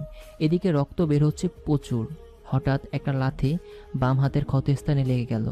মুখ কালো হয়ে গিয়েছে, তবুও নিজেকে ঠিক করে পকেট থেকে ছোট্ট মাপের 2 ইঞ্চি বার্মিস চাকু বের করে হাতে নিলাম। তারপর বুলেটের মতো দৌড়ে মিশার হাত পায়ে বসাতে লাগলাম, একদম তামিল মুভির মতো, যেটা নায়ক ছিল আল্লু অর্জুন। যাই হোক, মিশার ক্ষতস্থানগুলো ছোট হলেও প্রচুর পরিমাণে ইনজুরি হতে লাগলো। আর মিশা কুপকাত হয়ে বসে রইল। পাশ থেকে পিস্তলটা রিলোড করে ওর সামনে বসলাম। কি পাগলা, তুই আমাকে মারবি? তোর মা আমার হাতে বন্দি, কোথায় আছে আমি ছাড়া কেউ জানে না। তুই তো দেখি বোকা রে। আরে ভাষাকে মেরেই তো আমার মাকে নিজের কাছে নিয়ে গেছি। কিন্তু এটা কিভাবে সম্ভব? থাক না রে ওসব, এখন যা, উপরে যা তুই। বল না রে, কিভাবে তুই বাদশাহীর খবর পেলি? আরে সব জানবি কেন, এত শখ তোর? এটা না জানলে আমি মরেও শান্তি পাবো না রে। কোনো কথা না বলে ম্যাগজিনের সব কটা বুলেট ওর কপালে ঢুকিয়ে দিলাম। এতক্ষণে রক্ত বের হয়ে গিয়েছে, ধীরে ধীরে চোখ বন্ধ হয়ে আসছে। হয়তো মারা যাব। হুমায়রার মুখটা ভেসে উঠল চোখের সামনে। চোখটা বন্ধ করার আগেই দেখলাম কেউ একজন দৌড়ে আসছে। তারপর কিছু মনে নেই। এদিকে পুরো 1 সপ্তাহ হয়ে গেল। আমার খবর না পেয়ে হুমায়রাকে যে নাম্বারটা দিয়ে আসছিলাম ওই নাম্বারে ফোন দিল। 4 মাস পর আস্তে আস্তে চোখ খুলে তাকালাম। পাশে একজন বয়স্ক মহিলা, বয়স আনুমানিক 70 হবে। মা? হ্যাঁ, এটা আমার মা। বাবা, তোর জ্ঞান ফিরেছে? হ্যাঁ মা, তুমিও ঠিক আছো তো? বাবারে, কেমনে ঠিক থাকি বল? কতদিন দেখিনি তো, আজ খুশি রে বাপ তোকে দেখে। আমি মাকে জড়িয়ে ধরে কেঁদে দিলাম। আমার মা কপালে চুমু দিয়ে নিজের শাড়ির আঁচলটা দিয়ে চোখের পানিগুলোকে মুছে দিল আর মুচকে একটা হাসি দিল। এমন সময় শিহাব রুমে এলো। ভাই তুমি ঠিক আছো? জানো কত ভয় পেয়ে গিয়েছিলাম। পাগল একটা। দেখেছো মা, ভাইয়া কি বলছে? ও সুস্থ হোক, ওকে আমি কান মরে দিব। আমার ছোট ছেলেকে পাগল বলে। এমন সময় আমার আরও একটা মা এলো। এসেই আমার কানটাকে মলে দিয়ে, এই হতচ্ছাড়া, নিজের কি অবস্থা করেছিস দেখেছিস? আমাকে কাঁদিয়ে মজা পাস তুই? মা আর হবে না, এখন থেকে তোমাদের সাথেই থাকবো। আর সেই কিং জেগে উঠবে না আমার। তোকে আর ওমন হতে দিলে তো? ঠিক বলেছ, একে আমরা দুজন মিলে সোজা করব। দুজন না বেআইন, বলুন 3 জন। তা সেই তৃতীয় ব্যক্তি কই? মনে হয় অভিমান করেছে। চলো ওকে পাঠিয়ে দেই। মা ছোট মা বের হয়ে গেল। আমার চোখ দরজার দিকে। একটু পর বেবি পাম নিয়ে একটা মেয়ে এগিয়ে এলো। হ্যাঁ, এটা আমার হুমায়রা। হুমায়রা এসে ঠাস করে চর বসিয়ে দিল, তারপর জড়িয়ে ধরে কেঁদে দিল।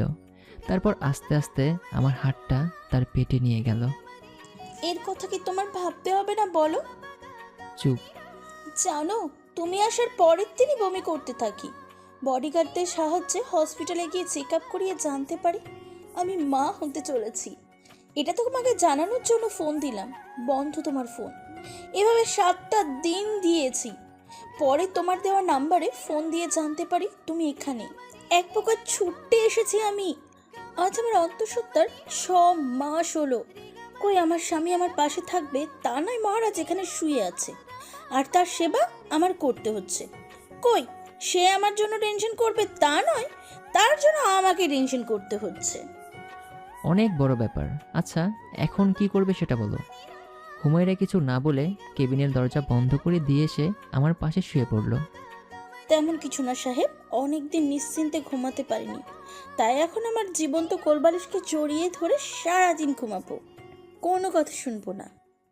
কিন্তু আমার যে ব্যথা আছে। থাকে থাকুক, তবু ঘুমাবো, ওসব শুনবো না। বলে চোখটা বন্ধ করে নিল। আমিও ওর মুখের দিকে তাকিয়ে আছি। কি সুন্দর আমার মায়াবতী। নিজের অজান্তে ওর কপালে ভালোবাসার পরশ দিয়ে জড়িয়ে ধরলাম। চোখ বন্ধ করার আগেই দেখছি হুমায়রা ঠোঁটের কোণে হাসি। আহ কি সেই মিষ্টি হাসি। সমাপ্ত। আশা করি এই গল্পটা আপনাদের কাছে খুবই ভালো লেগেছে। যদি বেশি ভালো লেগে থাকে তাহলে অবশ্যই আমাদেরকে একটু বেশি বেশি সাপোর্ট করবেন এবং এইরকম আরও ইন্টারেস্টিং এবং সুন্দর সুন্দর গল্প পেতে আমাদের সাথেই থাকবেন এবং আমাদের চ্যানেলটাকে সাবস্ক্রাইব করে রাখবেন। সবাই ভালো থাকবেন, সুস্থ থাকবেন এবং আমাদের সাথেই থাকবেন। আল্লাহ হাফেজ।